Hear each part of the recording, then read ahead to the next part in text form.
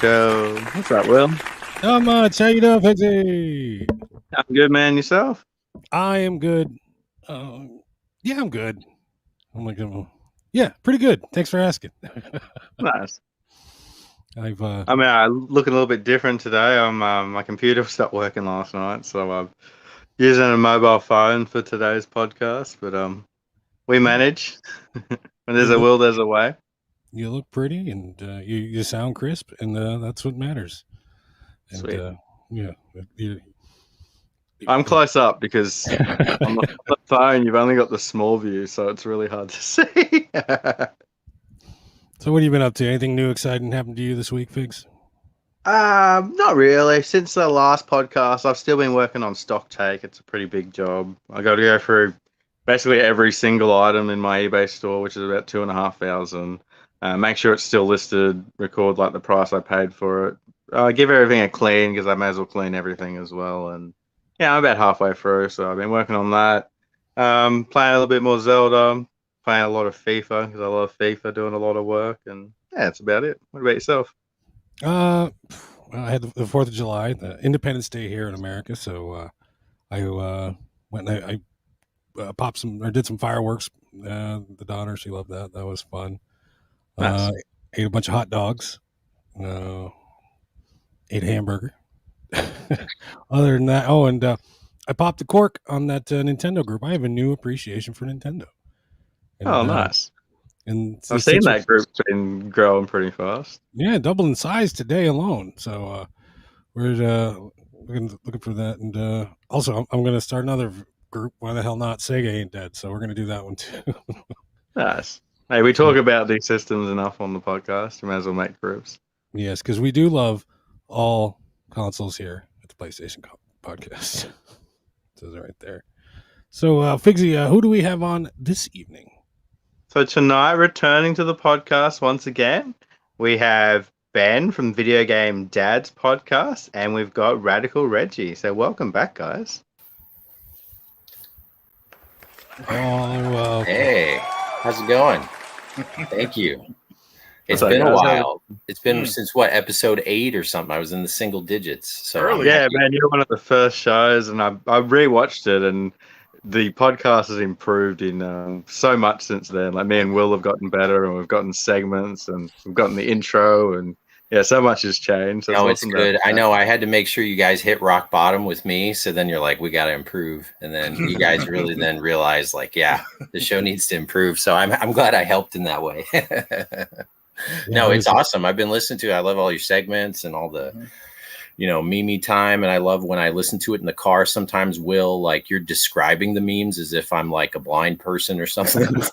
So you're like, okay, and this part, there's a lady in a bikini. And I'm like driving my car and I'm cracking up because you're describing memes, which you can only see on a podcast. So that's not failed me how ridiculous that is. So yeah, good show. That. Will wasn't on one episode. We had a guest take over for Will, and we were doing meme time, and we're just putting the memes up, and it wasn't the same. You need to be describing them. It makes it. Yeah, it's good stuff. For the hearing impaired or for the visually impaired? Yeah, there we go. Podcast for the visually impaired. Yes, and if you could see, I made my room extra bright today. I turned on all my lights I never turn on, so you could see a lot of extra stuff. I didn't do the Nintendo wall last time.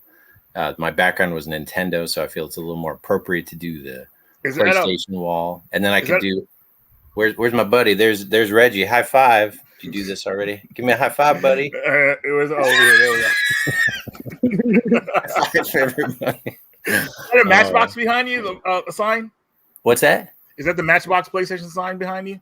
Matchbox. Yeah, it's the black box light up sign. Oh yes. Yeah, I used to have that one. I got rid of it, but yeah, I got lucky. That was just at there's a local place called Vintage Stock here, and that was just up there, and they had a 50% off coupon, and they let me use it for that.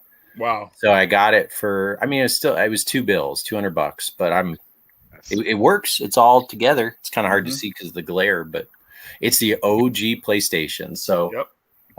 Even though it's around all the PS3 stuff, but anyway, yeah. Reggie, how much did you sell yours for? I got a great deal on it. Yeah. I got it through a trade, but I sold it to my local game store, and I think I sold it for like $100. But it probably went into something at the time that you really wanted, right? The reason I got rid of it because I didn't have room to display it. You know, it was in the closet. I was like, oh, I need the room, so I'll just get rid of it or whatever like that. Because when I leave here, my game room is going to be massive. When I do the next game room tour, you guys are going to be like, people are going to be like, wow. And I regret it because I should have kept it, you know, but it was just, I was tripping over it. You know, I was just like, oh, get this out of here. So that was my bad, but it was nice while I got a picture with it. So I'll just have that memory.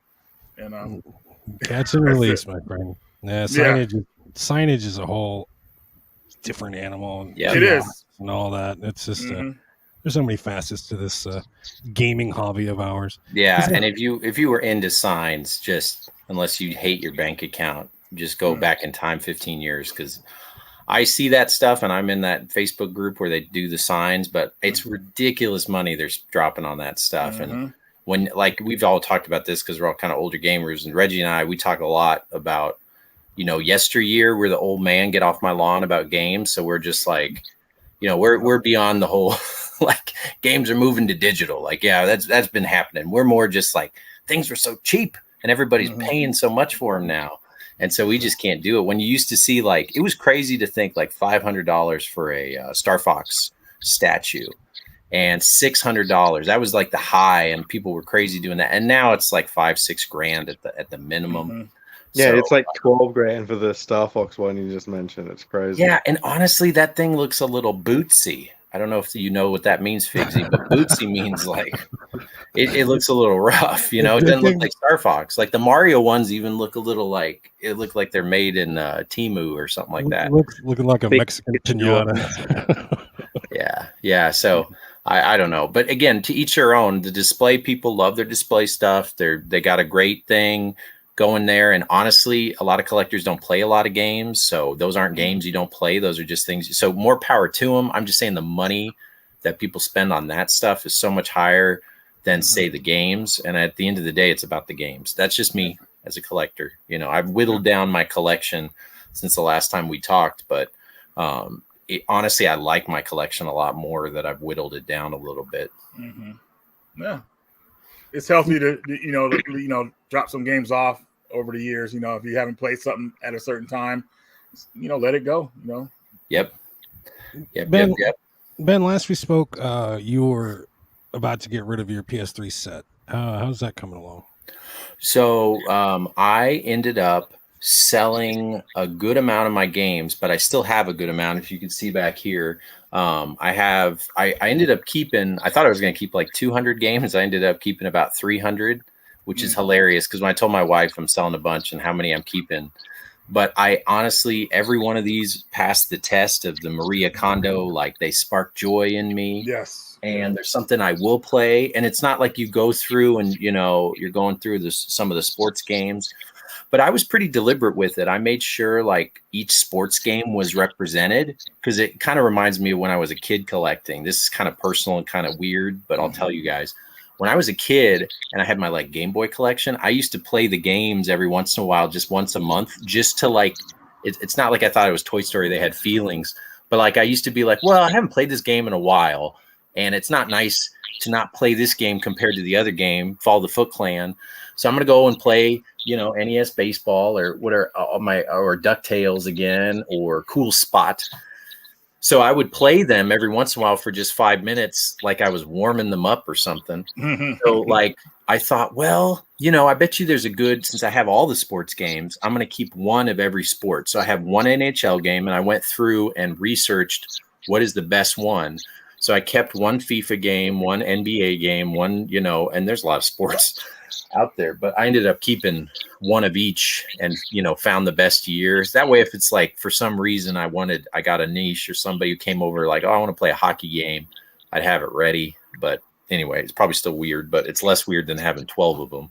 No, that is weird. You're yeah. So what I ended up doing, to answer your question more specifically, Will, was I started to go to the con because I sell a little bit, and I brought to the con kind of my JRPGs, because I remember a buddy of mine in the podcast, his name's Adam, in the Video Game Dads podcast. When he brings his JRPGs to a con, you get these like people who are just mystified when they come up and they get so excited. They act like little kids, even if they're older folks or whatever. They're like, oh, I love this JRPG. And I'm not a big JRPG person. So I took all the JRPGs, and there's like 200-300 of them, or that kind of genre, or some of the weird kind of anime fighting games. And I put them all out there over 2 cons, and a lot of people bought them. And then one guy just bought me out, bought all of them in one swoop. And it was amazing. Wow. And I got about 80 cents on the dollar of what I had it. So he got a deal, but it wasn't like a normal, 60-40% when you get rid of a big lot. He knew it was quality. So that was very win-win, but I still have a lot of games left. They're all in totes. I'm going to go to Missouri Game Con at the end of the month and have a lot of PS3 games and a lot of PS4 games that I dwindled down, and sell more of them. So even though they're not on the shelf, I've got 600-700 left to sell, but I haven't even brought them out to sell yet. So that's my big task, is I'm going to start having to price them. But yeah, I had one guy almost buy them all. He was thinking about it, but then he got back and was like, well, there's a lot of sports games, and I was like, okay, well, whatever works. So he was hoping you cheapen the price since he brought that up. What's that? He was hoping you would go cheaper. Say, oh, there's a lot of sports games. Maybe you got to drop. I guess. Well, the funny thing is, we never even got to money. Oh, really? Yeah, he's a local collector, and he's bought some big collections in the city, and he was really interested in it because he likes the big collections. And so, and there's some stuff in there like a sealed Siberia, a sealed Painkiller. I'm not keeping those because it's not a game I'd want to keep. But I'm keeping my Puppeteer because I want to play it. So I really didn't do anything about expensive value. I literally just kept games I wanted to play. So, yeah, I still got a lot to sell, but that'll be fun because then I'll still be able to sell at conventions and pay for my hotels and hang out. Adam's going to this one, man. Reggie, I wish you were going to Mo GameCon, man. I miss you, dude. I know. I'm gonna probably go definitely next year. It's just this year. I'm going to another event, the Game Fest Expo. I've never been there. That's in Texas, so. Yeah, that'll be an experience. But yeah, I haven't been to Mo GameCon in a while. I need to go back soon. Yeah. Speaking of conventions, Reggie, you're coming to my hometown. Yes, Game On Expo. I got a question. Do they hook you up with the airfare and accommodations, or is that coming out of your pocket? Yeah. They pay for all that. God damn it! I gotta get on this tip. I mean, yeah. I mean, most people. I mean, yeah. That's as far as I know. Most of them do that. So, when you go to any of these conventions, do you bring like a stack of trade bait, or you just more so the local ones that I go to where I'll drive to? When it comes to getting on a plane, I'm pretty cheap. I don't want to pay more for extra weight and all that stuff. So it really depends. But me, I'm at the area of my collecting where. I mean, it's hard to impress me with certain stuff because I already have something, or I'm not really into certain games, so I don't really bring too much trade anymore. I mean, I will bring it if it's like a handbag and stuff, but not much as I used to, because that's what I used to bank off of. I used to go to these expos, and I have a bunch of trade. I get all these games and didn't pay nothing for them. I did all trade. I did good and didn't spend any money, so I was really happy. But I just feel like I'm at that point in my collection, and it's weird to say that because you guys see my pickups on Instagram and all that stuff. It doesn't seem like it, but I don't really get a lot of the expos anymore. At least I don't think I do, but maybe. Yeah. If you see something you want, you're going to pick it up. But it's more like that. I was talking to John Hancock about it too. Man, when we go to these expos, we're not looking for anything, but we might find something we want, and that's just how we go. We don't really go looking for stuff anymore because it's just so. That's how you end up with the weird shit in your collection, because you got everything you want and it's something weird and never seen that before. Yeah, you guys seen how my collecting is now. I'm going for fan translations now. People are translating games and making them into physical for PS1 and PS2. That's amazing to play Japanese games for older systems in English. That makes me feel like I'm back in my teens again. I think the first time I experienced that, I think when Star Fox 2 got released, and then they did a fan English translation of the original Clock Tower for Super Nintendo. That blew me away.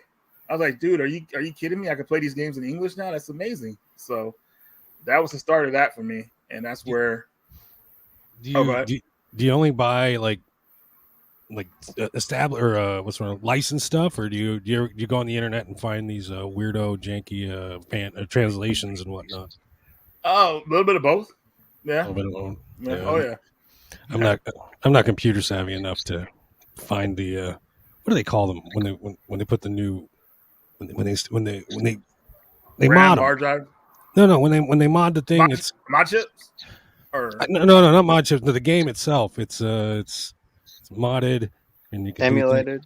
No, not custom. Wavy handing. I don't know. You were doing this, so I was hoping it would come to you. It's homebrew. Thank you, Joe. Oh, Joe Rad. Wow. All right, man. Celebrity pop in. What was right it? on. Oh, wait, I got it. Joe Rad. All right, now I'm out. Homebrew. Thank you. We need that. He's like our Gelman, man. He's like our brain. When our four brains doesn't add up to one brain. We stumble, he pops in and helps us out, man. That's awesome. Yeah. Homebrew. Yeah.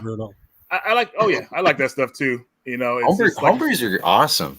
Yeah, they really are, man. Especially today, like you mentioned with Star Fox 2. Like that's a game that I have that right here too. I was going to show you. Yep. Yeah, so this is Super Mario 2 in color, and you can play as Luigi. But it's the same ROM, but it's just slightly modified. And I got one from Riggs, although he might not want me to show him. But Riggs is all about like he doesn't want to step on Nintendo toes. So I did not get this from Riggs.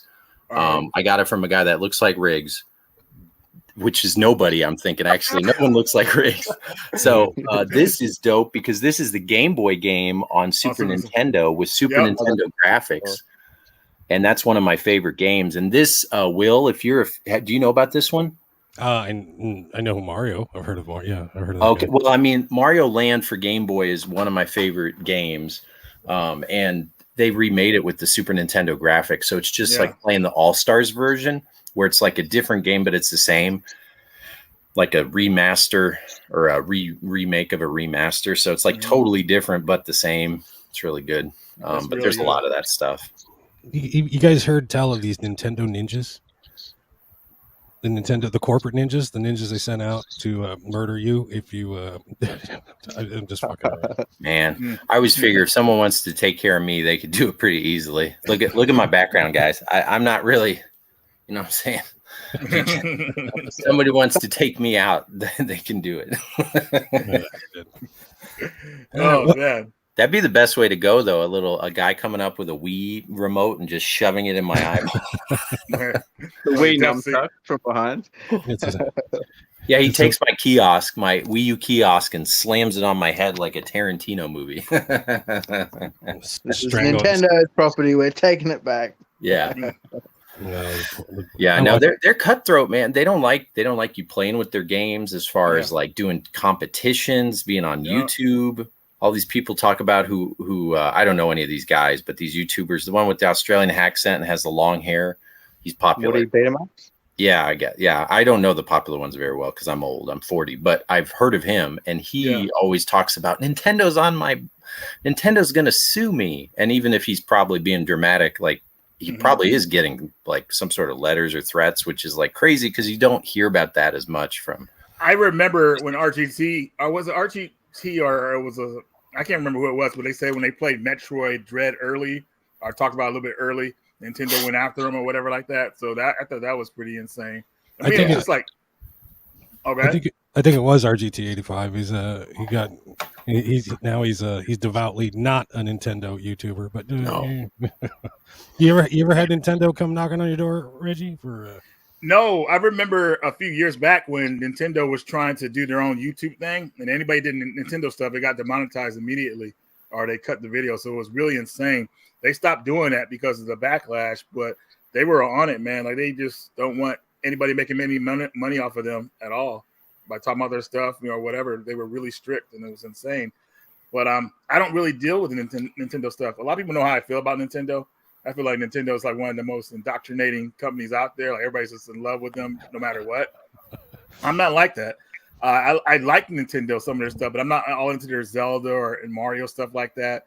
I just like, I'm just not all crazy for that stuff. So I never really had a problem with them, and I don't really talk about that stuff much. The video I released today hopefully doesn't get demonetized. I talked about the Super Mario 3D Land for the Switch, so hopefully that doesn't get taken down. Touch wood. Yeah. Did you? I just seen that before the podcast came on, so we watched. Do you mind me asking Reggie? So Super Mario 3D Land, did you? Super Mario 3D World or Land? Wait. It's World. It's World. The one that came out for Switch. Yes, I think that's what it's called. Yeah, that was on Bowser's Wii Fury. U. Okay, did you? And you didn't like it? I liked it. We Okay. had fun with it. You know, I gave it decent comments. You know, like it was fun. I'm not gonna lie, I had a good time. But it's only fun when you play with multiple people, though. At least in my opinion. Yeah. What about Bowser's Fury? Did you play that one? I didn't get to that one yet. Dude, that game I liked a lot. I wasn't Really? expecting that. Did you guys ever play that one, the Bowser's Fury? I haven't picked it up yet. No, It's the I've got packing most of game. the ones, not Bowser's Fury. Yeah, I mean, this is the Wii U one, but it's the packing game. Look how big this is. Damn. This is not actual game. This has a T-shirt in it, but Oh, it looks okay. like the game. I was like, damn. that is I know. good. It's like I'm really tiny. You are a small person. But it has the Bowser's Fury in it, and honestly, that game is so good. It reminds me of the PlayStation generation of like a platformer. Like, you know how you always think of like what games look like in the future, but your brain can't think about it because we didn't see Uncharted till Uncharted came out. But when we were younger, we were thinking like, you know, Super Mario is just going to look with better graphics. Same thing. We can't imagine like a fully realized world. And like Bowser's Fury is like kind of a sandbox game. There's no levels to go in and out of. You're just in a huge sandbox, and you open it kind of like an Assassin's Creed game, and you move on and have big boss fights where you turn into a big, whatever they're called, a Gikken, like a mech. What are those things called? Like in the anime games where you get all big and you turn into like a Mighty Morphin Power Ranger. Oh, dude. Super Samurai or something like that. Anyway, I forgot, man. But no, I don't know. Okay, I thought Joe was going to pop in, but Yeah, I'm waiting for Joe to come in and help me out. This old. We're googling it right now to pop in. Well, anyway, Joe's he's I know absent. he's furiously checking Google. He's probably like, I'm describing it so poorly he can't even find it. But anyway, I really like Bowser's Fury, Reggie. So give that one a shot because it was like, Kaiju? yeah. What the hell are you talking about? Kaiju, Yes. yes. Thank you. Yeah, all right. Okay, sweet. 2 for 2. Checks in the mail. Awesome. Godzilla's a kaiju. Rodan's a kaiju. Yeah, so it's literally a Godzilla fight against Bowser when you get all big. And anyway, I really liked Bowser's Fury. So give that one a go. Like that's one of my favorite Switch experiences I've had. Really? But I'm the same way, Reggie. Like when you guys were talking about a couple episodes ago with the downloadable issues and the Switch having small cartridges, and like everybody got excited about the Batman games, but I'm like, you could see that one. That one was signed by the late Kevin Conroy. I was very happy to meet him. Nice. And he picked out the blue paint. I'm going to do this just as a tribute to him. Yeah. I don't know if I did this last time. Hopefully I didn't. But like he decided to pick the blue paint because I had the other one that was like the 3D version of it. And he was like, actually, you know, and he was real nice. He was giving me a lot of time. He was like, actually, when I write on that 3D thing, I've had it done before, it bleeds. And he was like, it'll work better on this. And I brought this as a backup because I'm crazy just anyway. And he said, blue looks really good on it. So he signed it in blue to Benjamin, Kevin Conroy, Batman. And love this thing. This is about 2 years before he passed away. But anyway, sorry, back to the game. Those games are so good on PS3 and Arkham Knight. I really liked. Like, I don't want to play it on Switch when it's already going to be dumbed down and you have to forget the downloading. It's more just like, it's not going to look as good as 10 years ago. No way. They're just taking advantage of that whole portability thing because people are obsessed, like with the Switch being obviously a hybrid system. You go, oh, I can play these games on the go now and everything like that. But I wouldn't want to play a dumbed down version of those games, man. They're meant to be played ever. Well, you want portability, Reggie. You know all about that with the screens. Right. Flip up on that stuff. And I got this one here. Check this out as I break my whole room. Huh? Here's a big screen. Now my PlayStation's portable. See? Eat a dick, Switch. Man, I mean, that's what it's about, man. I mean, you got to have that best quality for those type of games, man. I mean, seriously. I remember playing Batman Arkham Knight, and man, I was blown away with how good that game looked. I mean, I liked Arkham City a lot, but Arkham Knight, that blew me away. I mean, one of my favorite parts in that game is when you're in the tunnels. I know a lot of people hate this part when you're in the Batmobile in the tunnels,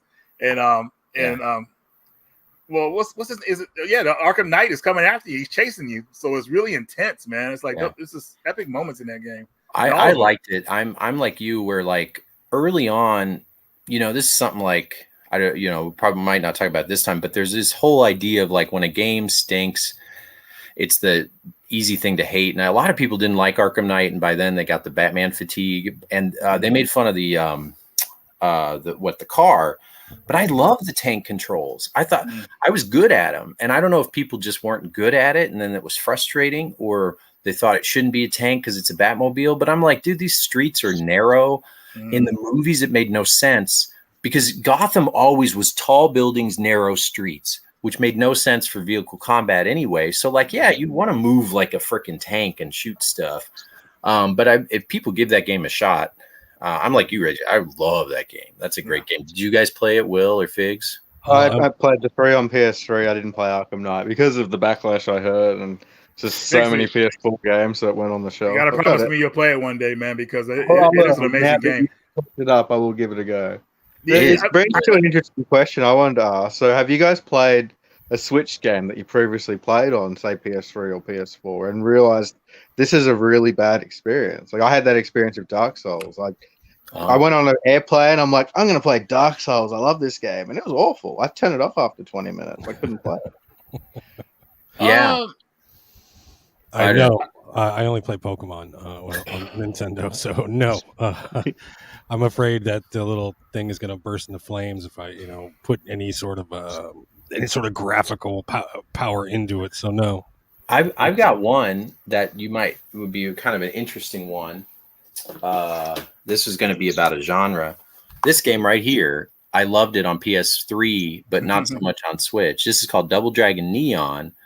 And the reason for this is kind of like a very nuanced beat 'em up, 2D left and right, but they improved the timing for everything. That when I've got the little Switch, it's probably better on a Pro controller, but when you play with the Joy-Con, that's actually more. It's less the graphical thing. It's like the controller is not great, and the Joy-Cons are tiny, and they don't feel good. And there's not a dedicated D-pad on the regular one. You got to get the $70 add-on controller. But like that was interesting to me. So for me, that's the control on the Switch that I don't like as much. But as far as a game, LA Noire, I got that on Switch. I will say I was impressed. Well, actually, one thing, most of that game is on a download. And I don't think you need a code for it, but like literally that game is so big. You put in the Switch, I remember I was down, like Switch games don't take that long to download, but I think it was like an hour and a half, because it was huge gigabytes. It was cool to play LA Noire on the Switch. But LA Noire was already pushing it on the PS3, and then I don't know if they remade anything on PS4, but like they did it on PS3. I didn't think it was a good game on PS3 because I couldn't read the facial animations because it's hard. He's like, where people were lying or not. He's like, dude, I want to do this. Like, yeah, it's crazy. I just liked I liked the fact that like the world was so like down to the T, exactly the street size and the cars. And when I read about the history, I kind of got nerdy about it. I don't know if you saw this article, or did I tell you guys about this, where they took a guy and he like had his grandfather who lived during that time of LA Noire play the game in that exact area in Southern California. And all of like, he was like, there's a gas station that has nothing to do with the story. And he drove because the city is 1-for-1 perfect. It's not like where they make up New York and then they just like cut out like 2/3 of New York and put in the high parts of it or whatever. The more the more obvious landmarks. It's like street for street exactly, and they went back and looked at old photos and built the dimensions of all the houses and everything, almost down to the color. And this awesome article of this guy taking his granddad and driving through the game, and his dad was just like driving at 20 miles an hour, just going through. Can you imagine reliving something that has no record in a video game in 3D? So anyway, my weird appreciation for that game is also not really about the game. I agree with you guys. The facial stuff was weird, but like some of the parts of that game that people like behind the scenes, some of the aspects of that game I thought was pretty awesome. The game was that's Rockstar. I'm really impressed. It was kind of advertised poorly, I would say, because a lot of people thought it was going to be a free roam type sandbox game like the Grand Theft Auto games, which, I guess it kind of no, it wasn't actually. I mean, you can only really travel unless you're going to another mission or whatever like that. So a lot of people were upset about that.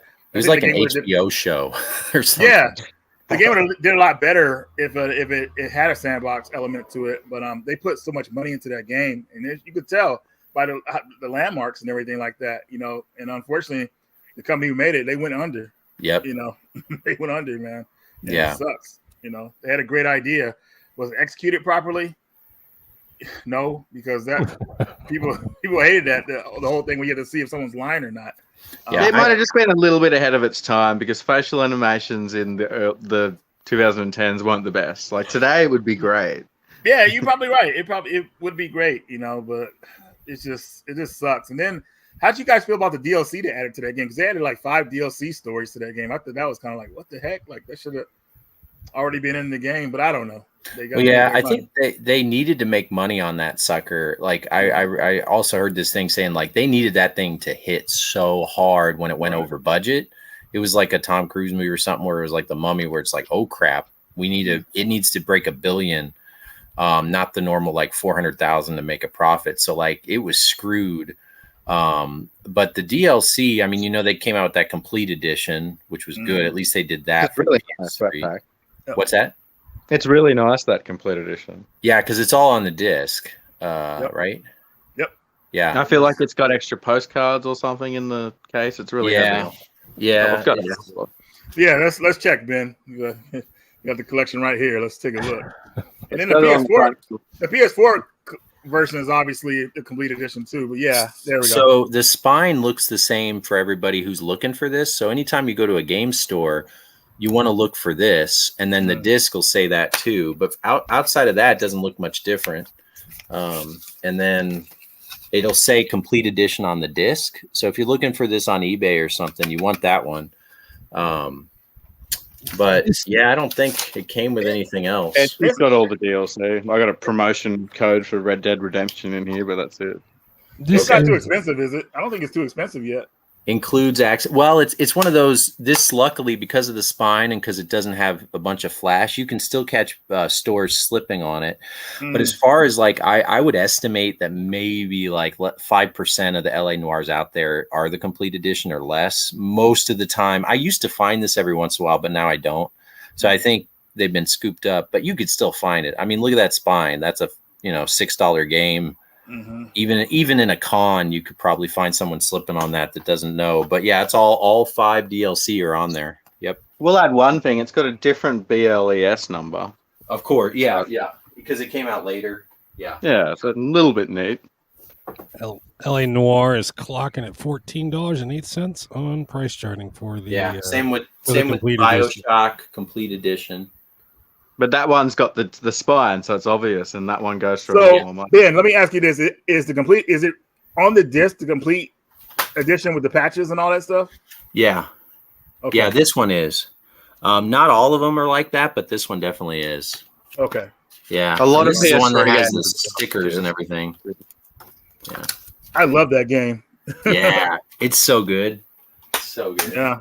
Well, that's another one that was on the Switch that I didn't bother even trying. So I think that's the big thing. If I mean, a lot of people who have the Switch and growing up, like you've got a great library, but if you lived in the previous generation, I mean, the Switch library isn't all that great because it is a lot of reheated stuff. It's like Puff Daddy in the 90s. Yeah. Oh man. Puff Daddy. Yeah, I think I remember the Switch getting like a lot of PS2 releases, like Splinks or that Finks, that Pharaoh game. I can't remember what it was called. It was like some mummy game, our Pharaoh game or something like that. I can't remember what it was called. And remind me if I'm wrong. This is the only way you can get the bonus content if you buy the Ultimate Condition, right? Since we're talking about it, if people are interested. So the bonus content, you have to get the Ultimate Rapture Edition to get all the bonus of BioShock 1 and 2. And the cool thing, because it's a Blu-ray, it's all on one disc. Because Blu-ray is boss, unlike those cartridges. But enough of that. This isn't supposed to be a haterade. No, that's not it, Joe. The edition for BioShock. I think the Platinum and the Greatest Hits edition though have all the DLC as well. Yeah. I'm gonna find it for Joe. That's the peasant version. I don't do that. I don't like that. Just kidding. I don't do that either. Unless don't it's got a big double pack or something. Yeah, I just Greatest Hits. You know how it is. But it's just the spines. We go crazy. I don't have many of them, obviously, right? It's all black up there, black and blue. Hey, I was going to ask, do you guys know this? Because I'm not a PS5 guy, so this is me asking. You know how they changed the box art for PS3? They didn't do it for PS4. I personally don't like the box art for PS5, the white PS5 with the blue background. I think it clashes. I think it looks dumb. Are they switching that to black? Because I've seen a few PS5 games I thought that had the bar on top solid black with a white PS5, or is that like some weird box art thing? Is it changing? Because I would be all about one, and it's being marketed as a PS2 classic game. That's why it's got the black at the top. Oh, even though it's PS5. Even though it's PS5, it's just James is in the chat. He's going to know the best, but I'm only aware of that one that's just been announced. Okay, I don't know if they're doing any like retail releases or if they're changing it. But yeah, you're right. Like I mean, the white matches the PS5, the system itself, but okay. I didn't even think about that. I only got one PS5 game so far. Which one's that? What was it? River City Girls. All right. Part 2? River City Girls. No, not in part 2. I'm still looking for part 2. Damn it, Reggie. No. It's not. No one's. No. I'm waiting for everybody to get theirs from Limited Run so I can buy it off of them, but nobody's posting anything on eBay yet. So I'm just, got my alerts set up, but no, not out there yet. Okay, so, I found it. Oh, sorry. Go ahead. No. So I'm just making a plea to the community. If anybody's got an extra one out there and they want to sell it, hit me up. Hey, that's not what the podcast is for. It's not to get free stuff. Will. Give me a break. You're peddling the shit you're going to take to the Mo show. I found it, Joe Rad. I put it in the chat. Kidding, so Joe Rad know what it is. VR2, and it's the reversible cover, so it's not even the main cover of it. Okay. But it's cool. Like it's different, Yep. Yeah, Fantavision, right? I heard about that one, right? It's a PS2 game, right? Yes. Yeah, I'm pretty sure it is. It was a launch title, I think, PS2 game. Really weird title. I played it. Looks like fireworks on the cover. Yeah, it's a glorified tech demo. But like back then, when it was PlayStation polygons versus PS2 graphics, which jaggies went away, it was cool, but it's not worth playing now. That's it right there, yeah.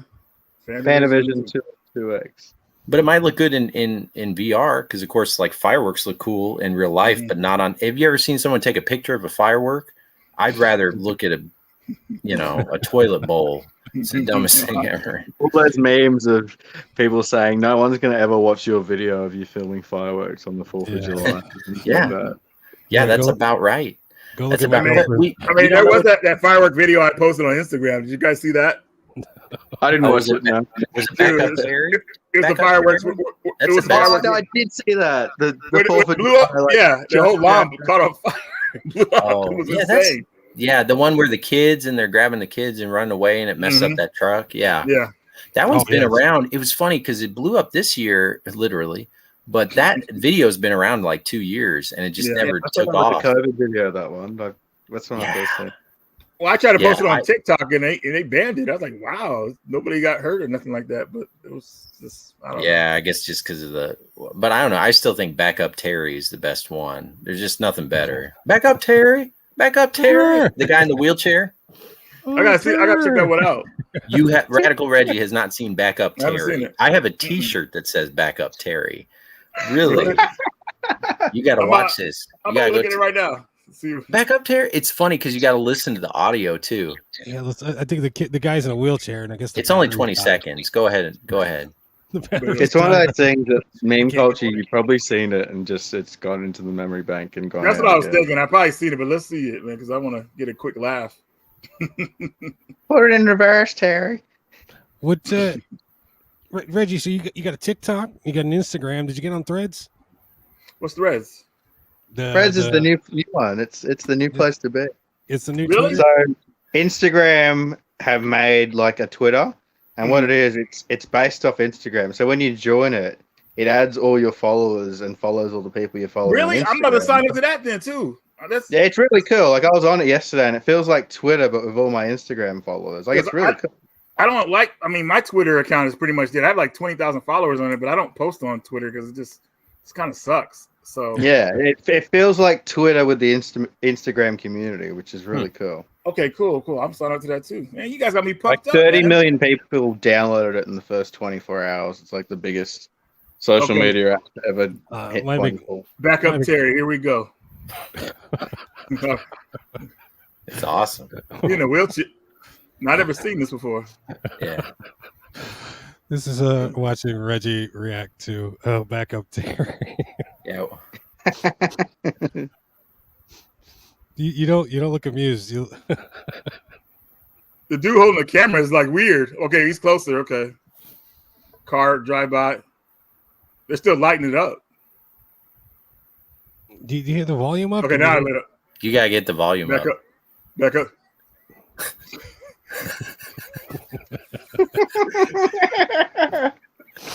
Oh, Lord. You don't know what to do. You get back up, man.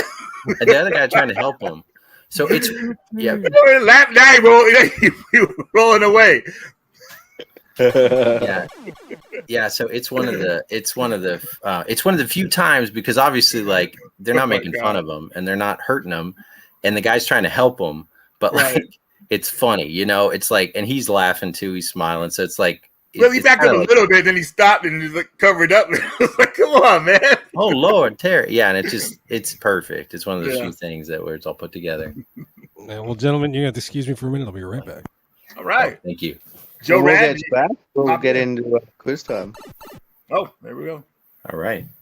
It should be fun today. Pavel's Excited. gone all out. Ben, I had no idea that you had sold a lot of the PS3 collection, man. I thought you were keeping most of that. What made you decide to give it up? I honestly part of it was I took a little time off work, and I looked at my collection as like, well, the games I don't want to play, I want to fund my time off work, because I worked in like healthcare and stuff, and I was like kind of burned out over the last couple of years. So I was wanting to do something different, and I was thinking like, well, pull out some money. I could just pull out some money out of the games and then, sell a bunch of them. And I always need more space.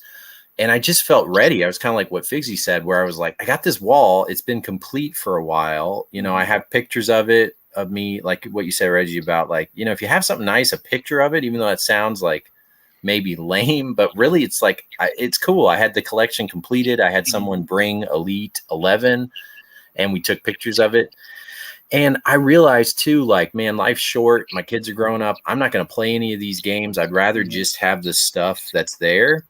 And honestly, even though it sounds kind of weird, my son is really like, even at a young age, he'd be like 4 or 5. And sometimes he'll look at stuff that I have. Like I got Jurassic Park stuff and I got maybe 2 of them and I got one of them down in the crawl space, or when these Hot Wheels cars were there, they were in the crawl space all sealed, and he'd find them, but he wasn't like excited to find them. He was like, why do you have 3 of these? And it like hit me hard. I was like, yeah, why the hell do I have 3 of these? So I started to think like, there's only so much space, so much brain power. I'd rather just go back to how I was as a collector 20 years ago, because I did it with my Dreamcast, right? I had a full Dreamcast set, and then I just wanted to keep the ones that I liked. And now I've got like 40 Dreamcast games that I either have memories with or I want to play.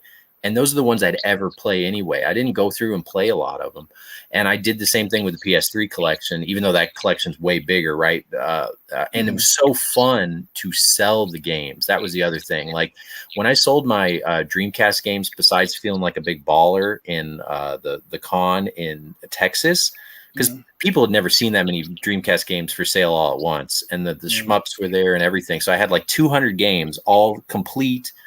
And people were just so excited. It was really fun to sell them.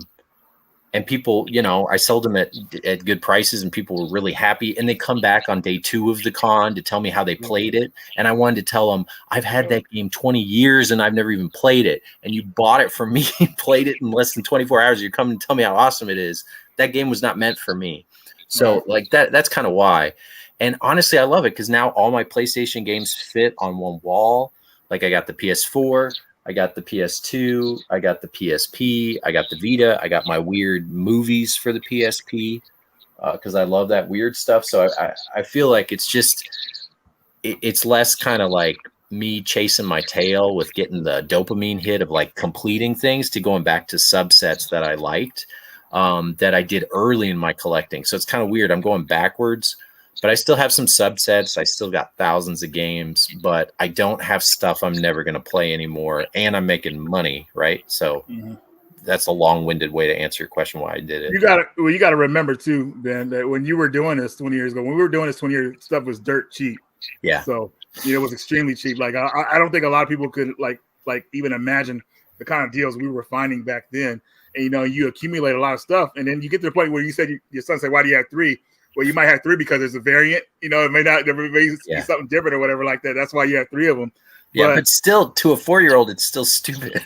Yeah, it is. You know what I mean? So it still doesn't pass the 4-year-old test. Like if my 4-year-old who doesn't know crap about collecting doesn't understand it, and he doesn't see it as like, oh, more, because kids are like, oh, more ice cream is better. So like even him, it was like, yeah, there's no point. You can't play 3 games at once. So he wasn't judging me. He was more just like, why do you have it? Like, tell me. And I couldn't give him a good reason. I couldn't say that. Like, oh, well, this one, just in case the price goes up. He's like, what the hell are you talking about? So like, I'm going to sell this one this weekend. You've talked me into it. Yeah. Dude, it's crazy that, like you got such a, it's awesome that you got a great return on your investment, man, because I was told this a long time ago, but like whether we like it or not, buying a game is an investment because now, they'll increase in value. It's a likeliness they'll increase in value. So yeah, exactly. The one we won't mention his name, but his name sounds like Hat Montree, who has a podcast as well. Hat Montree always says like video games aren't an investment. That's stupid. It's like, no, man, it's money on the wall. All these games have a price on them. And when you add it up, it's like the price of a brand new car. So I sold a big collection of my game. But if you were anybody besides you guys who are, could tell, and you walked in my room 2 years ago and walked in now, you wouldn't know I made like, $30,000 on selling stuff I didn't need. And that was perfect because I needed that right at the time, and like I got to have a long vacation where I didn't have to work. Nice. Outside of, I was working to sell. So not saying anything, of course, Figsy, that like if you're a full-time reseller, you're working and you're always looking for the next thing. 12 months without a job. I've been working. Yeah. But what was nice is I didn't have to go hunt this stuff. I just had to sell it. So like that's different. That takes away, honestly, most of the work because hunting and finding. Sometimes test it and clean it and take your photos and do all the other stuff. So going to Goodwill and looking for games. Oh my God. Those days. Will, are you is there a tornado in your house? What's going on? No, it's just, it's just my natural. If I had hair, it would be flowing. It's just for effect. But I like it. It's Arizona summer. I wanted to ask you, man. Do you have any? I'm pretty sure you do have some, but I wanted to ask, do you have any eBay selling horror stories? Honestly, not too many. Like now that I'm a big seller, I've got over 3,000 feedback. I don't get scammers. I got scammers when I was a little seller. Prior to doing full-time eBay, I worked in a pawn shop and I run their eBay store, and I was doing probably close to $200,000 a year, some even more. Like I was doing big transactions, and I really got to learn eBay. And I was dealing with scammers, and my boss was full on. He was like, "No, you're gonna beat them. You're gonna go all out." So I was getting. We have people here called like Justice of the Peace, if you're scammed, you can talk to one of these people who they're not a police officer, but they're like trusted in the community. Mm-hmm. And then they can like write you a letter. And I was getting them to write me letters and send them to eBay. I had That sounds awesome. They're called Justice of the Peace. That should be a name of a video game. Yeah. That's Yeah, cool. seriously. could be No, a superhero. well, I'll I tell you, couldn't- it's an interesting one. Well, and your Um, accent, Figsy, when you said that, it took me a second, and it's again my dumb American ass. But when you said you worked in a pawn shop, say it again. Say it again. I worked in a pawn shop. I Oh. can't say it now. I'm going to put on the American accent. I worked in a No, I pawn know. shop. I was like, Figsy, I didn't know you did that. Do you have to wear gloves? You had to wear gloves in this pawn shop? No, it made more sense because no one else moved. My face went like, if you probably look back at it, my face went like this and no one else did. So I was like, wait, what did that sound? Pawn. Okay. So I sold this Billy Joel sign record. It was probably $400. Yeah. And anyway, when I used to sell things, I'd always record the weight just because that's how our process worked. I sold the record, the guy got it, and he's like, hey, I got the record, and the record's missing. I'm like, well, it was there when I sold it. So I'm like, return it. I'll give you a refund. He returned it. It wasn't there. However, I checked the weight, and the weight was like 120 grams different. So I put an empty record on the scales, and it was 120 grams. So I'm like, obviously, he's taken it out. So I got Justice of the Peace out. They've confirmed the weights, sent it to eBay. eBay giving us the full refund. Sellers obviously lost everything. And yeah, you know, if you do things right and by the book, eBay will side with you. I always get feedback removed because I do the right thing. I know that you know, I'm always doing the right thing. If I'm in the wrong, I give the refunds. I do that, but I'll always offer free returns or I pay for postage. So if a customer isn't happy, they can't leave bad feedback because I have got that free return system in place and different things like that. So yeah, if the longer you do eBay and the more you work out how eBay want you to be as a seller, the easier it gets for you. Yeah. Okay. I don't get scammed at all. It's been a couple of years now since I've had. I get scammed over $5 games and $10 games all the time, but I haven't been scammed over an expensive item in years. It's been great.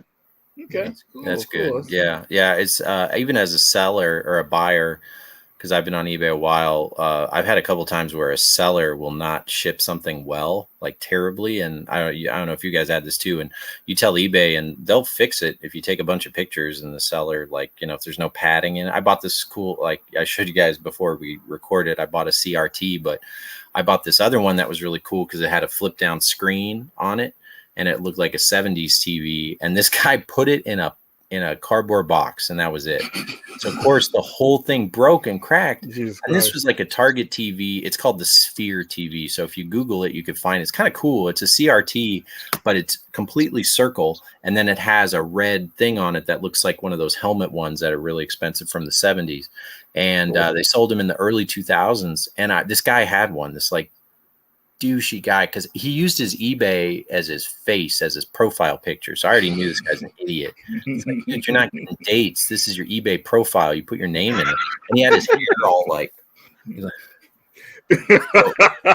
he took a picture of it from his apartment. He sent it to me. And I was like, dude, this is all cracked and stuff. He's like, he was really secure. He literally put one thing of bubble wrap on the bottom, one thing of bubble wrap on the top, and it smashed. And eBay gave me my full refund, and I put it back in the box the same way I had it.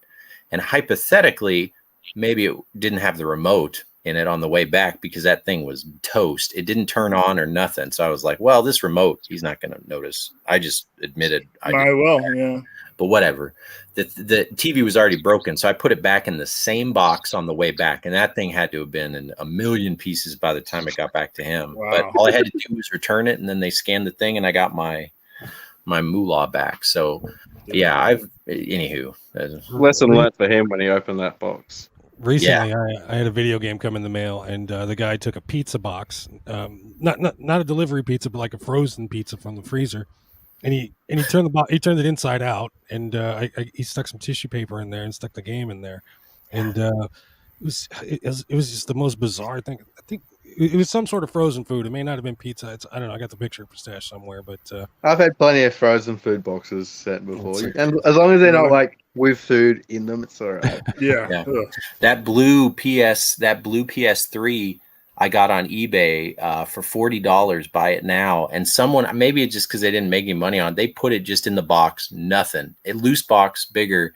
And by the time it got to me, it was all in a bunch of pieces. And But the funny thing was, I took pictures of it, and there was no padding. I didn't even bother turning it on. But it turns out these blue ones are so fragile. All those parts snap on and off.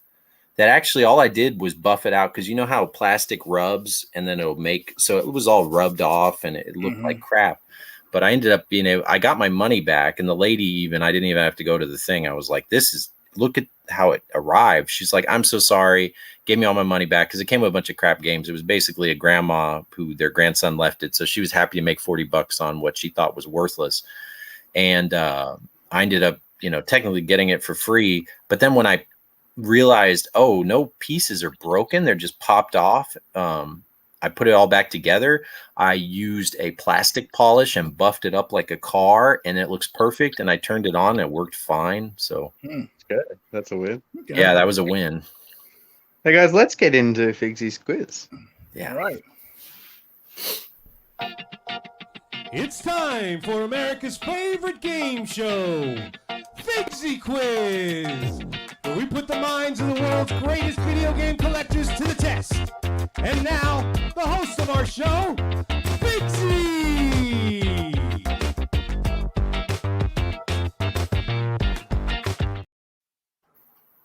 Little groove to it. We have 3 contestants today. That means 12 questions. And we've got a volunteer on who would like to go first. All right, Will's volunteered. That means Ben, you'll be going second, and Reggie, you'll be going third. Great. Reggie, you are undefeated on our show. No pressure or anything.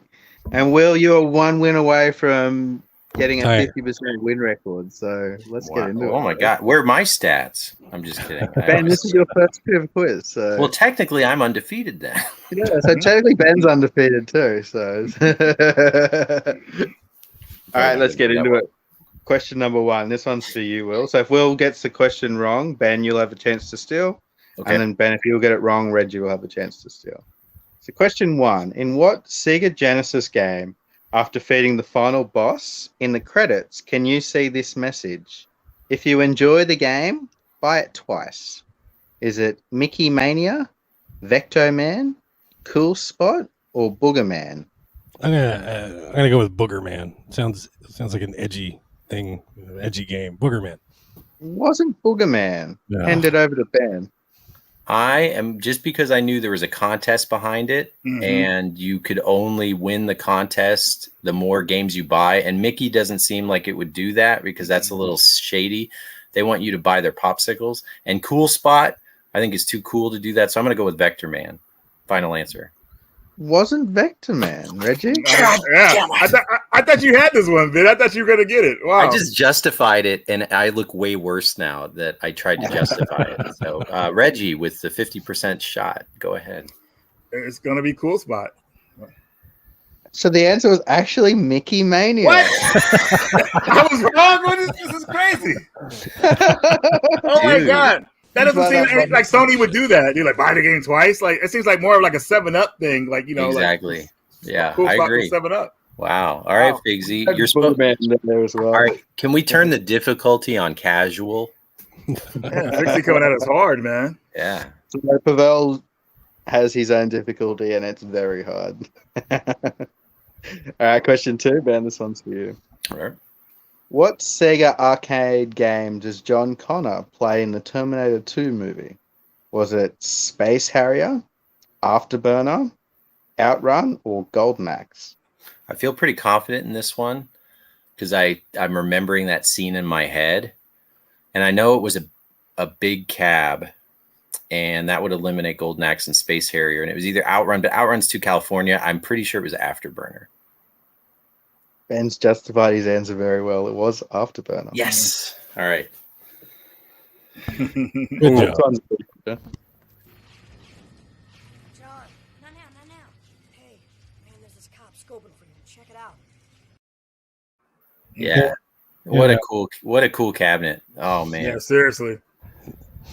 Now All right, question Paramount number Pictures 3. has Reggie, to this one's monetize us. What Guitar Hero game title does not exist? Is it Decades, That's easy. Rock the 80s, Modern Hits, or Back to 90s? Oh, wait a minute. You got 2 of them there kind of confused. Oh, man. I think Decades. You going to go with decades? I mean, what do you think, Fixie? Should I rethink it, or you No. help me out? Hey, Second- you can't get any help. I know, right? He's like, "You sure about that one?" I'm gonna stick with decades. I don't remember ever seeing that one. Wasn't decades. Will for the steal? Back to the 90s. Wow. No. Back to the 90s is correct. Will's What? taking the point. Yes, sir. No, I'm behind now. This is insane. It can't We'll get be. the correct- So, what system was decades on? I've got the answers, I think. Wow, wow. It was a PAL exclusive. I don't know. The answer's not there, John? Here we go.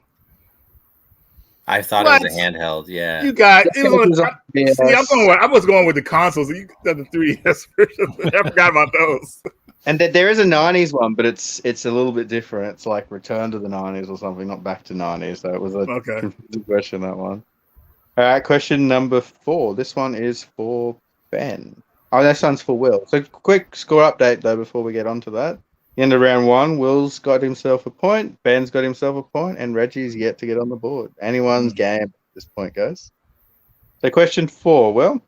All right. What actor and retired professional wrestler was Bill Gates' assistant at the OG Xbox presentation in 2001? I know this one. Ugh. It's The Rock.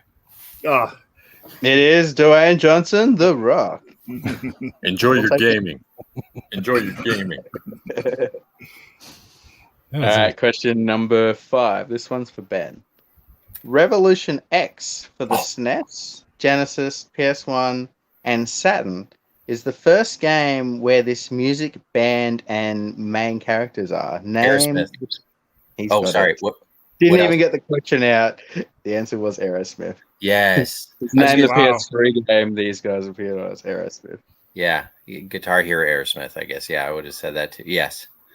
I love that game, by the way, Revolution X. That is one of my favorite games. I played the snot out of that. I've got that for Saturn over there. Love that. As soon as I saw that title, you saw me get happy. I'm like, I love when the guests call out the answer before I've even read the question out. love that. Did you guys play that game? Will, Reggie, you guys have played that game? I've never played it before. Are you what? It's amazing. Yeah. You save like babes and randomly Liv Tyler's like, oh, you got to save the city, and he throw you the keys of his. It's an on rails shooter. It's freaking great. Is I it love cheap? it. Yeah, it's a cheap game. You can play it for Super Nintendo. It's But I I'll mean, get what's that? I would get the PlayStation version most likely. Yeah, all of it's them. cool. Basically, it's Aerosmith music the whole time. People said it was boring. You shooting CDs and it's weird, but like I think it's cool. I love on rail shooters though. So if you like Yeah, House me of the too. Dead and weird shit like that, okay. Sorry. Mhm. Question 6, Reggie, this one's for you. So I'm going to show you a video. This is the final boss in Astro's Playroom for PS5. What was his first appearance on a Sony console? All right.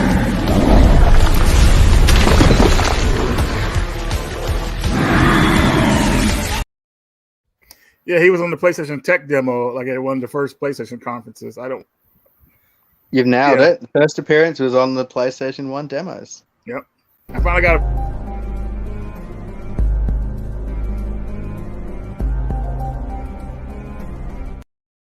That was hopefully so cool. he'll come back for Dino Crisis 4 if they ever make that.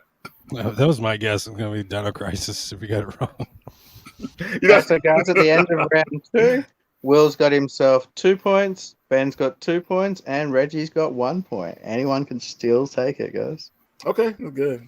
Still come back. All right, so question number 7. This one's for Will. What is the name of the final boss of the Japanese Super Famicom Street Fighter 2? Oh, I know this Japanese? one. Is it M. Bison? You shut up, Reggie. Incorrect. Ben? I'm gonna go with backup Terry. I have no idea. Yes, I got You're this. also incorrect, so I'll hand this one over to Reggie for the steal. This is not my Hey. genre. The final boss's name in the Japanese version of Street Fighter 2 is Vega. You guys That have is noticed. So Yes. Mr. Bison was the boss in the US and the European versions, but Wow. Vega was the Japanese version. Wow. Street Fighter knowledge came through for me. I like to think of this is just trivia night. So like if we were all at a table, we'd be kicking ass, all of those powers combined. If there's ever a video game trivia, we'll be able to put the best team together. Oh yeah. All Yeah, right, question. we'll be the king of the nerds. Yeah. Ben, this one's for you. Oh, isn't it Will's turn or is it my turn? Oh, it's my turn. Yeah, it's Will- my turn. That's right. That's Who right. was the Sega mascot until 1991 when Sonic the Hedgehog took over? I know this one. Yes, come on. You shut up over there, Reggie. No, I'm getting too excited. Who was the Sega mascot until 1991? Yeah, and then So Sonic this would have took been over. Master System. I'm gonna just go with Alex Kidd. Alex Kidd was right. He got it. I was like, damn it, dude. He got it. Nice. I just remember like anytime people talk about Master System and they talk about platformers, they talk about Alex Kidd, and I was thinking, well, if it's a platformer, it was just kind of luck, educated guess. I was stumped on that one. All right, question 9. This one's for Reggie. The translation from the Japanese word tamagotchi consists of 2 words. Name any of them. What the? Oh, you know this, Reggie. Don't overthink it. Okay. And quit looking down and typing. Quit. No, I'm not. Just Can you repeat the question again for me? So, translation from the Japanese word tamagotchi consists of 2 words. Name any of them. I'm gonna go with Pocket Monster. Incorrect on both words. Will? Oh, Life cycle. Incorrect. Ben? Virtual pet. Incorrect. The 2 Okay. words we were looking for was egg watch. no one would think of that. That was a tough one. No, that was a tough one. All right, guys, at the end of round 3, Ben's got himself a lead of 3, and Reggie and Will are both behind on 2. So we're moving into the final round. Anyone can still take it. Mm. All right, question number 10. This one's for Will. Which Antarctica 88 cover is legit? Oh, Oh, easy. It's going to be. I can see it. I can see it too. It's 1C. It is 1C. Will's got it. Excellent, Will. Yeah. Good one. All right, Ben. Question number 11. All these animals have something in common. Only one of them has several PS3 games in the title. Name any of the PS3 games. What? Wait, sorry. Repeat the question. All these animals have something in common. All of them have something in common. They have 4. Only one of them has several PS3 games in the title. Name any PS3 game. So firstly, you got to work out what they've got in common and then work out the one. It's a tough question.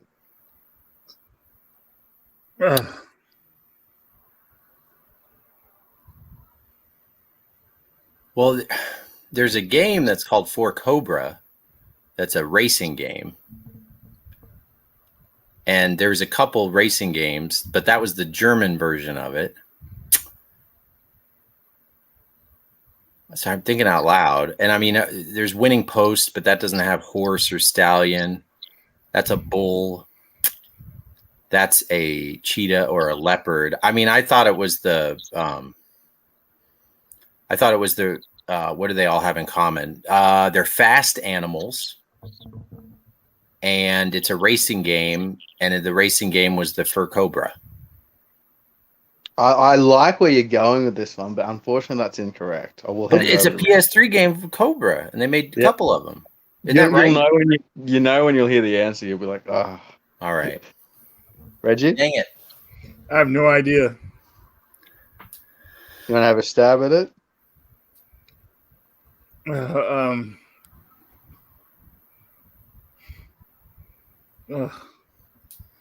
I have no idea where to start. What I was thinking was totally way off when I heard what Ben said. So I am gonna. But as I said to Ben, the key is to work out firstly what they all have in common. I mean, obviously they all can, move quickly. Stealth. No, I don't know. And this one over to Will. All right, These so questions these are so too the- hard, Fixie. It is a tough one. This one. so the cheetah is the name of a car in Grand Theft Auto. Cobra, another name of a car, right? Is there a Cobra car? I don't know. Yeah, Cobra. You got a Mustang, and then you got a Toro. It's a Lamborghini, right? So I'm going to say Gran Turismo. Will, you're on the right track.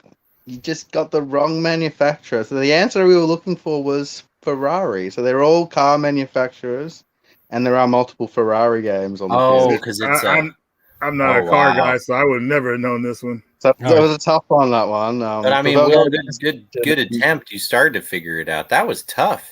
Yeah, Fixie's not playing. I got a half a point then, right? that was really good, Will. All right, final question for Reggie. We're gonna have What a three-way PS3 tie. game is this? Come on, Reggie, you got this. PS3 game. Oh, yep.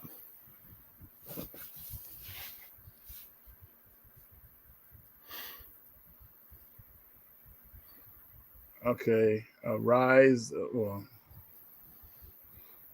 Oh man, nervous now. Got the Avengers in here.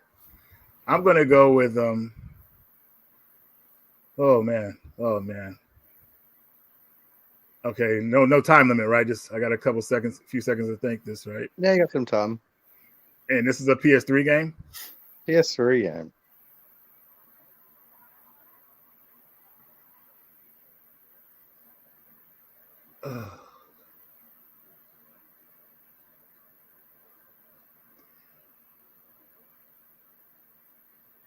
I'm going to go with Ultimate.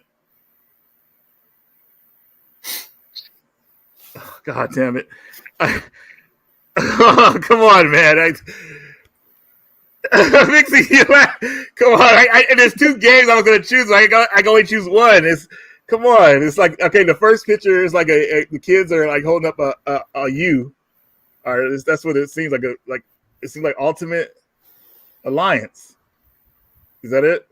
Marvel Ultimate Alliance is That's his final answer. Incorrect. Fixie, you're wrong. That's the right answer. Will, let's say it As soon together. as you hear the answer, Will, what is it? I'm gonna. I want to say Armored Core 4 answer because the kids are answering the question. That's all I got. Not Armored Core 4. That's a good one, actually. I got this one when we practiced, so I'm hoping one of you guys gets it. All right. I think I got it. Class of Heroes. Oh, God damn it. 2G. Oh, 2B is correct. And Ben takes Fixie's quiz. damn Congratulations. it, Ben! You took it, man. I can't believe it. I was. I was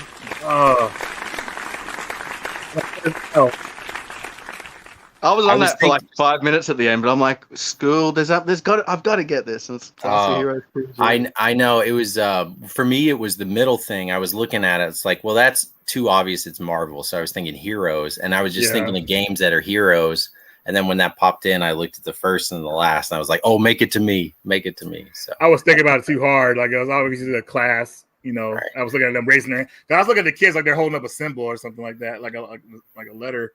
So when do I expect? Is this like the Stanley Cup? Does it get sent to my address So it's actually getting pretty serious. So I've got a private series that's being run at the moment with 8 different contestants. We're in the semi-finals of the quiz. Once it's all been recorded, episodes are going to drop weekly on YouTube. Full game series quiz, and then season 2 will be the next thing we're doing. So look forward to that. Everyone's stats are being kept, so I'm keeping everyone's record, and eventually I'm going to get all the top rated players on the quiz to compete against each other. So, Ben, now that you're undefeated, we'll have to get you back on here. Oh, I know, right? Yes, good. And Reggie, you still got a good record with 2 out of 3. That's one of the best on here. Okay. Yeah. Oh, and that's like ranking. So since I knocked Reggie off, that puts my win You total don't go even up ahead higher. because Reggie got 2 wins. That's all goes on the amount of wins. So Will's No, on I know, top. but like I knocked off a 2-winner. So like I'm just His, trying to his, like, his ranking should be higher. aren't we all so darn Added competitive? Evo ratings to the ranking system yet. Oh, Yeah, you know what you win, Ben? You win 2 of these. Good job, man. thank you. I I appreciate do it. have a prize for the quiz too. So the winner Oh, of really?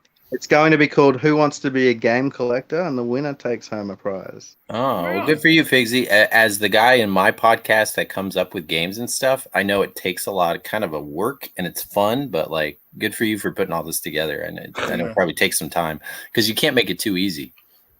Yeah, it's Well, fun. I like doing it, but yeah, it Thank you. takes a lot of work, that's for sure. And even just adding them to StreamYards takes like an hour a week. So Yeah, I bet. Yeah, so I I understand that. acknowledge Darky in the chat. Darky actually pointed out the 4 manufacturers for that question. So That was congrats. good. Oh, I wasn't even thinking about that. I was just thinking about like what their characters, and then when the Ferrari thing, I'm like, oh yeah, shoot, that literally is the Ferrari symbol. If you were thinking like Will, you would have got it because you've had a full PS3 set before. Yeah, that's all right. I thought, I just saw the bull, and the Spanish word for bull is toro, and I was thinking of that toro cat. Was he a mascot for Japan PS3? The cat. You know what I'm talking about? Yeah, What are the you talking cat about? for the PS1, the black and white cat, right? No, it's Oh, never mind. Figsy, and you knew I was getting really in the weeds. Do you still have that 4 Cobra game so these guys don't think I'm a crazy idiot? Like, show them what I was thinking. I thought there's 4 of them, and one of them is a Cobra, and it's the German title. Like, I was getting real stupid. What's it called? Is it 4 Cobra? Well, it's the German one, right? It's like Remington 4 Cobra, right? I've got it. I just need to find it. Well, that's all right. Crash. I've got him as Crash Time. Yeah, Crash Time, but none of them say 4 Cobra on it. Oh yeah. No, I'm on these. Must be like the Austrian versions or something because I haven't got the German thing. rating. Well, you can't even see it. That shit's too bright. That's all right. Yeah, anyway. terrible to show photos without the other camera. Crash Time. Those are interesting games. Yeah. They're meant to be really fun too. It's sort of like a Burnout cross with like Gran Turismo. Yeah, with kind of simi type graphics. Like you could tell it's low budget, but it's cool. Hey, speaking of Gran Turismo, I played a really fun game last night. Have you guys ever heard of this or played it? This is called Tourist Trophy. Yeah. Oh yeah. So this is Gran Turismo, like Gran Turismo 4 engine with motorbikes. Like they've copied the exact engine. It's made by the same people who made Gran Turismo. 100% copy of the game with motorbikes. It's fucking awesome. Oh, cool. I haven't Yeah. played a motorbike game, honestly, since Game Gear. There's one called GP Rider, and I played that as a little kid, and I loved it, but I haven't played any motorcycle game. I always felt like, dang, I'm going to fall off this thing. They're turning. The arcades were dope, though. The ones where you sit on them and stuff. Those The are last some, one for me is Road Rash Jailbreak. Yeah, I was gonna say Road Rash is my favorite. I played the one on the Genesis. You get the chain and just Yeah. I I never played the PS4 version of it. I heard it wasn't that good, right? Road No, Rash. I've heard it's not good either. And I was a big No, that's fan. horrible. I'm like, I'm gonna get it, and then everyone talked it down. And it's like, do you want to be It's buggy. disappointed? So Not hey, like Ride to Retribution. Yeah. you guys got any pickups you want to share? Anything you bring into the collection that you would like to show off? Who's got what? Who's going first? I mean, I'll go because I have it. I showed you guys earlier. It's really stupid. So I've been on a kick of like getting some. Well, so this kind of games. I used to have these toys, right? These like driving toys, things like that I had as a kid. And I realized they don't make them as good as they do now. So like, I'll show you. This is a weird pickup. Did you guys ever play with this as a kid? Yeah, I've seen that. Yeah, I actually have one over here. So I had this as a kid, and the screen goes and it turns up and stuff like that. So I had that one, and then I also picked. I picked this up. This isn't a Tiger handheld, but it's a 3D version where you can move if you see the tank. See how the tank's moving in there? Oh, that's so cool. And it's got LEDs and it's pretty cool. Anyway, it's called 3D Tank Battle or something. They made a couple of these. And then these like lights light up when I'm hit. By Tiger? It's still a simple, Tiger. It's still a simple Tiger game, but I thought that was pretty cool. I picked that up for not much. And then because I'm a big fan of the CRTs, I showed you guys, but I picked up this big dumb thing.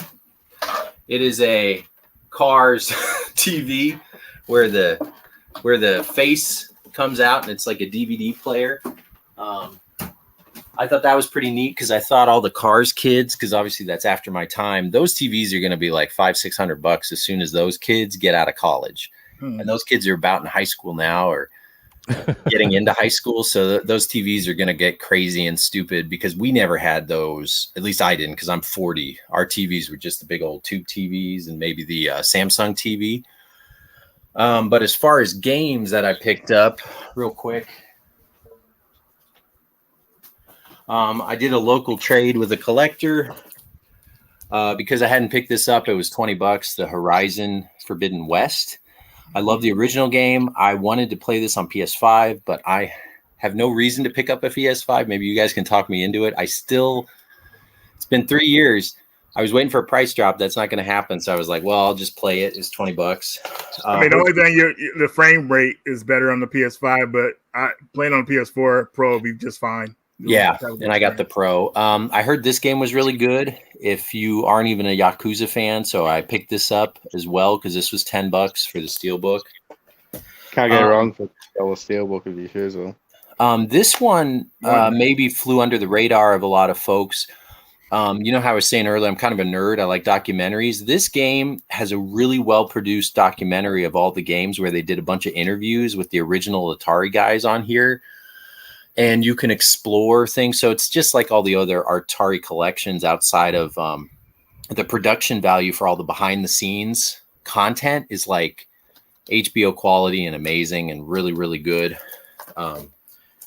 And this one you guys can laugh at. I love the SpongeBob game that was the big one on Xbox that got a remaster. Help me out, guys. Battle of Bikini Bottom? Yes, Battle of Bikini Bottom. I played back in the day, and then they remade it, and I loved it. I platinumed it. And then I saw a guy who's a little younger than me on YouTube, and he was saying he was ranking every single one of the SpongeBob games. He went through all like 35 of them, even the handhelds. And number 2 was Battle at Bikini Bottom, and he said this one is just as good or better. And I didn't know that. I thought this was just a little whatever. And evidently this game is a really, really good high production. Okay, great. Cap and Ron says that SpongeBob game's fantastic. Yeah, I'm excited about that because most of these are not great, and I heard that one was good. I picked this one up, Taos Principle. Heard it was a fun puzzle game because they said the second one's coming out. I hadn't played it, but it's a cheap game. It's $10. This game is amazing. I as you guys know, I got kids, right? And like, I don't like Dark Souls or nothing. To me, Dark Souls is me raising my kids. I don't want to get frustrated when I play my games. So this game is actually really, really good for a licensed game. It's large. It's got really interesting ideas as far as like platforming. There's like a kind of Ghostbusters aspect to it. And it came with a keychain and all this extra stuff. It is definitely a budget title. I don't know about this developer, but like this game is really well done. It's big. The worlds are big. There's 2D parts to it. It's not like a broken license game. It's a very well done platformer. Tell the people what the games are who aren't. Oh, sorry. Spotify and whatnot. Sorry. But, so the first, Like a Dragon, Horizon Zero Dawn, Atari 50 was the Atari 50 game for PS4 that has the documentary. SpongeBob Cosmic Shake was the SpongeBob game I was talking about. Talos Principle was the puzzle game, and then the Smurfs Mission Vile Leaf, which I didn't know what the hell that meant until I played the game, and it's because it's a vial. Vile Leaf means like evil leaves. It's kind of like a pandemic, so to speak, of going over it. So you got to suck them up. You see how they got these Ghostbusters things? And so you play as all the different Smurfs slowly but surely, and you can unlock stuff. It's like it's kind of a challenging platformer, but not frustratingly so. So it's very good. Just because I wanted the physical, I picked up Shredder's Revenge. I downloaded this day one, and then I was going to wait till this got cheap, so I got it on trade with a buddy of mine. But I already have it on physical. But I definitely went on PS4 because I wanted to play it with the good controls. But I platinumed it and everything. I love that game. Oh wow! Okay, cool. Also, never played this one yet, but I've heard good things. This is Ghosts of Tsushima. I wanted to play it on PS5, but again, I'm no reason to get a PS5, so I went ahead and got the director's cut of this. I think it was $15. Heard good things, and then randomly, because I had more trade credit with this guy, because I gave him a couple cool things. There's nothing else I wanted, so I just got these for trade bait. Mario Party 7 on the GameCube, Mario Party 8, and those I'll just probably trade, sell, or something to someone who likes that kind of stuff. Cool. But yeah, those are my recent pickups. Okay. You ever hear that story about the Smurfs are actually the souls of dead children? You ever heard this bit? I mean, now I have. Well, no. Well, basically, the Smurfs, as they can't reproduce, they would lure children into the forest, and they would stack up these snowdrifts, and the kids would die, right? And then underneath these dead kids, the mushrooms would grow. The kids would freeze to death, and then from the souls, they become little blue Smurfs because they're frozen kids. And yeah, Smurfs is fucked up. Man. Yeah, well, I believe you because I mean, think of Little Mermaid, right? Like Little Mermaid, the Disney version is what everybody knows, but the original story of Little Mermaid was this like hauntingly terrible thing that acted like it was a beautiful thing to lure sailors and kill them and take their souls and stuff. So like, yeah, she turns into sea foam at the end of the damn story by Hans Christian Andersen. Yeah, I believe it's not a happy ending from the Dutch dude. Yeah, no, I mean the only thing I knew about Smurf lore was some racy things about the girl Smurf getting around. Smurfette. Some of the things you'd find in a pawn shop. That's all. Oh man. Anyway, you see how I do that. That's what I do on my pod. I keep things adult, but not really. I skirt along the gray area. Like the Simpsons humor. Yeah, exactly. Yeah. But no, those are my main pickups. Haven't really done anything else. Just playing that 3D World. Oh, and then the game systems. I like those TVs that open and close. That you can put a briefcase in. I like the weird stuff like that. So I've been picking up all those models and collecting those. But as far as games, one other thing I got this. I don't know if you guys have seen these, but these are new Mario toys. They're like a physical toy. That's like it's like the Adventure Deluxe. So what it is, it's like a maze game where you move stuff around like Marble Madness. And you can buy these on Amazon, but they're really cool and they display really well. And so, anyway, but you move things around, you got to move it just right to get it through all the things, kind of like you're playing a level of Mario. Oh, that's cool. A couple different ones of these. There's 2 or 3, but I got all of them and I get them on sale. But if you're a Nintendo collector, look out for these. They're made by Epoch Games, EPOCH. They're from Japan. And they're really well made. And most of the time, these kind of Japanese toys don't come to the U.S., but I'm a big fan of them. And they're not crazy expensive, but eventually I think they kind of will be. And I like physical touch type, analog, a record guy. I'm like a hipster without being a hipster. So I like that kind of stuff. So that's the end of my pickups. But hopefully it's called Super Mario Adventure Game Deluxe. So Google that if you're listening to this on radio. All right. Who wants to go next, guys?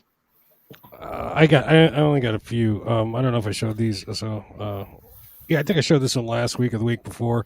I picked up Death Smiles. Yes. You're guilty. This is your fault, Reggie. So a lot of my stack is your fault, Reggie. So this is Reggie's fault. I picked this up. I had no desire for it, but it was $9. Anytime you can get a collector's edition for $9. You jump on it. This is Treasures of the Aegean. Wow. It's like a platformer parkour game. What's that publisher? Is that Skull Candy? Numbskull Games. Numbskull Games. Numbskull Games. Yeah, it comes with an art book, a cloth map, and of course the soundtrack. If it's got a soundtrack, it's for me. But yeah, there's that. $9. It's brand new. I'll take it twice every day. Wow. This is a game I was surprised I never had it in my collection because I'm trying. I love Street Fighter, but I guess Street Fighter 5. Did I show this one last week? It's I don't know. You got to get them all. I haven't seen that one. I've seen the other two though. What's that? I haven't seen the Street Fighter that you picked up. Oh, okay. Well, yeah, Street Fighter 5. I got to pop this one in yet. When it came, the description on eBay was new other. So basically it's like new. When I got it, it had a nice big old drink ring on it. From someone used as a coaster. But I don't Double as a coaster. I'm not gonna. I don't leave bad feedback. I'm just gonna not leave feedback. It's better than bad feedback. So it's gonna be nice. This one again, Reggie's fault. Cotton Fantasy that came in the mail. I haven't cracked this one open yet, but this is a shoot 'em up. Or no, yeah, a shoot 'em up. Yeah, that's or you call it cute 'em up or something, I guess. Yeah, cute 'em up, and then you got the boob 'em up like. What's the one game we talked about last week? It's PS3 game, PS4 game. Oh, damn! Now I forgot. Gladrius Blaze. Thank you, Joe. Boob 'em up. So yeah, this is a cute 'em up. You got boob 'em ups, and you got shoot 'em ups, and this is a boob 'em up. Or excuse me, cute 'em up. I don't know how old these girls are. Getting yourself confused, man. Now this game I've been playing. I was playing it today. Pocky and Rocky Reshrine. This thing is hard as balls, man. It is, dude. You have to unlock. I'm trying to unlock the easy mode on it. Yeah, you gotta unlock it. You got to get 3,000 coins to unlock the easy mode. I was like, oh shit, because I played it one round and I was like, oh, okay, this is cool. Ooh, it's a little hard. Let me go with easy. No, you got to unlock easy mode, which makes no sense. But man, what an awesome take on something. You got to unlock easy mode. Yeah, dude, at this stage in my life, I don't need more grief. I'm just gonna take the path of least resistance. Hey, fall into it. I've been doing this for years. I play on easy. I mean, you get to enjoy the game. You get all. It's not I'm all about it. Yeah. Again, my frustrations are of life. I don't need it to be in my hobbies. Very well said. Now, this was supposed to be the genre show, and is this a run and gun? Because it's not a shooter. It's considered a shooter. A it's twin part stick of that shooter? Genre. No. I played it on GBA, and I loved it on GBA, but I don't know how different it is. Well, Reggie, doesn't a shoot 'em up require an aircraft? I heard about this. You guys can't do this in this episode. You did it in that. I listened to it. You guys talked about the description of a shoot 'em up like 10 times in that episode, and I just figure agree to disagree. A shoot 'em up is a vertical scrolling or side scrolling where you are in some sort of movement, and you can't necessarily control the movement of the vertical or horizontal axis. And generally, there's a lot of bullets, and there's variation between all that. But run and gun is like a subgenre. That's just me. But I think that's not a shoot 'em up. I think that is like a kind of like a running gun. It falls under the subcategory of a shoot 'em up, but let's just say that that's more of a run and gun, top down run and gun game. It's like I'm thinking like a Card Smash Warriors. TV. I was thinking Smash TV. Or Smash TV, yeah, that's a good one. Or like Xeno Crisis or something. Or Gauntlet.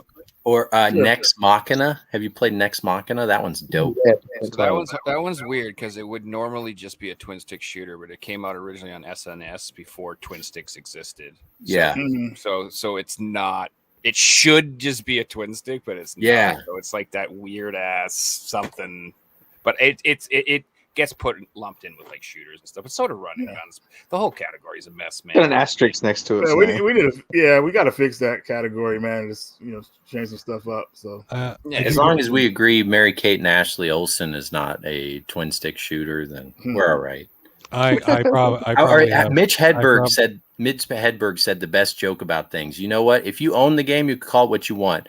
In your house, they said my house only has 4 bedrooms. You know what? My bedroom has a refrigerator in it. I can, you know what I mean? He's like, this room has a bathtub in it. This bedroom has a bathtub in it. And you could call it whatever you want. I love Mitch Hedberg, man. Rest in peace. One-liners. A giraffe with a sore throat.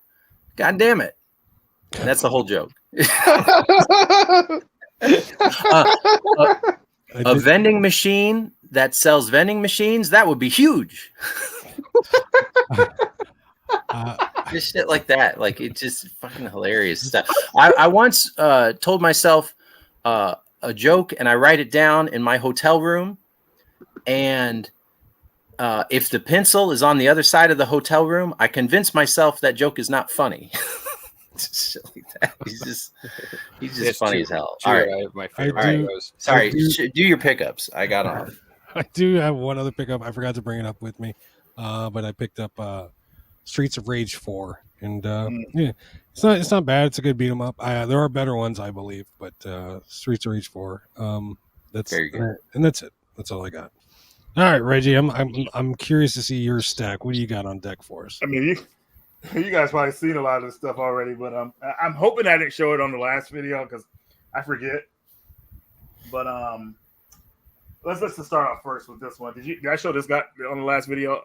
American Hero.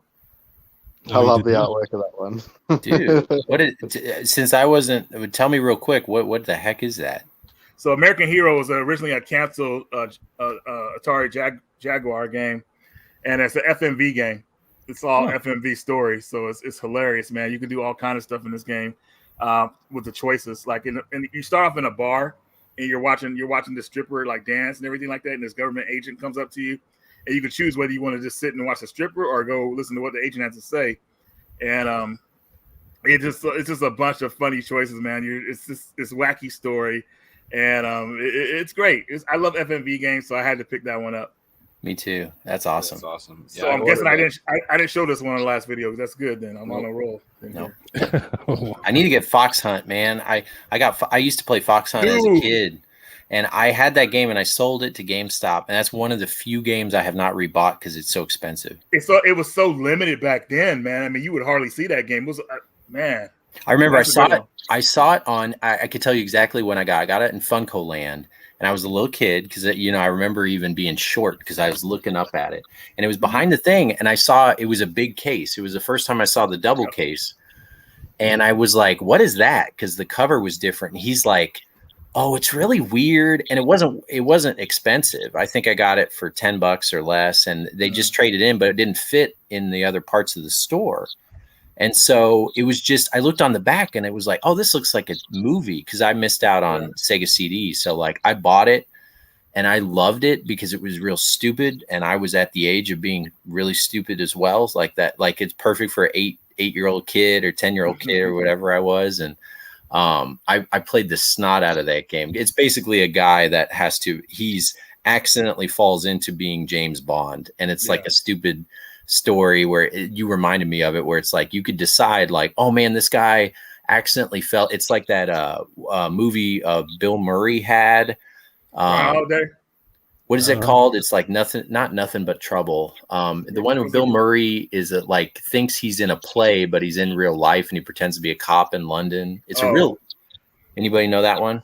Okay, well, anyway, it's like that where an everyman accidentally falls into spy world, which every kid wants to do, and it's stupid, but it's a cool game, but it's expensive. It's like a $200 game.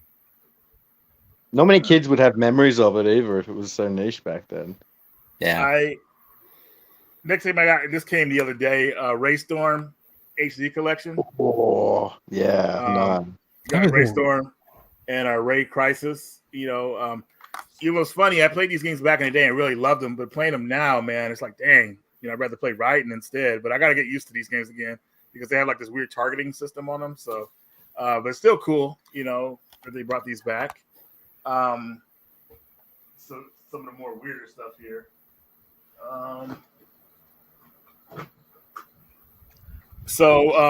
Recently, there has been a fans translation for Cotton Part 2 for the Sega Genesis. So they translated the game in full English, which is really cool. So here is Cotton 2 in long box, English translated. But the best part about this is, how the Saturn is region locked? Well, they dug into the disc hardware and they made this. You can play this on any Saturn system. It doesn't have to be like modded or anything like that. So we get the English version of the game. You can play on any Sega Saturn, which is excellent. May I ask how much was that sucker? This was like, I think it was like, he charged like $59 for it. Oh, awesome. That's I figure. I mean, he does a good job. I mean, like the discs are pressed; they're not burnt. No, and you get that case. I mean, the case, poster, a manual and all that stuff. So it's a good deal. I mean, that's good. Yes. Yeah, I mean, limited run would charge $200 for that thing. That's one of them homebrews I heard about. 2 years. I got Resident Evil 0 for the PS1. Nice. Very nice. So that was a cool one. A little, wow. Remake, Now, my headphones keep falling off. Sorry, they're like taped together. It's okay. You're looking like a DJ, Reggie. You're doing this like. I know, right? It's like, dude, like stay on. But this remake is really cool, and because it just making the graphics like they used to be in the old Resident Evil games is really cool. And to see Zero this way, because a lot of people don't know that Zero originally was supposed to be for the N64. They canceled that version and they put it on the GameCube. So this version of the game really looks like how the N64 version would look. And this game is just all of the train part. Like once the train gets to the mansion, that's where the game ends. But it's still really cool. You fight 2 bosses. It's just nostalgic, I would say. The lack of an item box has made that game just dropping items on the ground like, oh, I can't carry this. Like that was so weird. It's like whatever. Just keep them all in the bathroom. I think I showed 1.5 on here before, so that's right. Yeah. I've seen that one. Okay. Thank you. I just that one's I got a couple more here. All right. So. Well, while Reggie's grabbing those, I realized 2 more real quick, Reggie, if you don't mind. Go ahead. Just real quick that I forgot about because they're on a different shelf. I got this one. It's called Christmas Nights. I don't know if anybody heard of that. It's the sample disc. Yes, I've been trying to get that version. Yeah, I had this back in the day. I got it from Blockbuster, just the disc for 99 cents, and then I lost it, and then I forgot it existed, and I found it at a con. I think I traded for it. It was it was expensive. It was like $80 worth of trade. Wow. But again, I consider trade like not real money. So I'm like, if you have something that you want of mine that I don't want, it's not real money. And then the other thing I picked up, I don't know if any of you guys, it's the Blockbuster Championship. Oh, Sega cool. Genesis. So this is also a homebrew, but this was like the, everybody knows Nintendo's championship, but Genesis had one too. The Blockbuster Championship, and it was 1/4 of NBA Jam Tournament Edition, and then 5 minutes of that old classic Judge Dredd. And This is the second. And this one, this custom thing has a lot of stuff in it, and it's really cool. It has a Blockbuster membership card that comes with it. It has a Blockbuster sticker that these used to be on the videos for those people out of the country. And then a couple of the little stickers. It came with like 3 of them.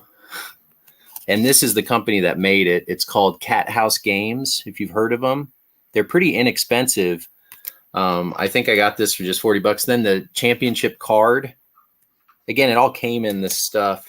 And then you've got the little Blockbuster, more of the video stickers. And then, of course, you have the cartridge.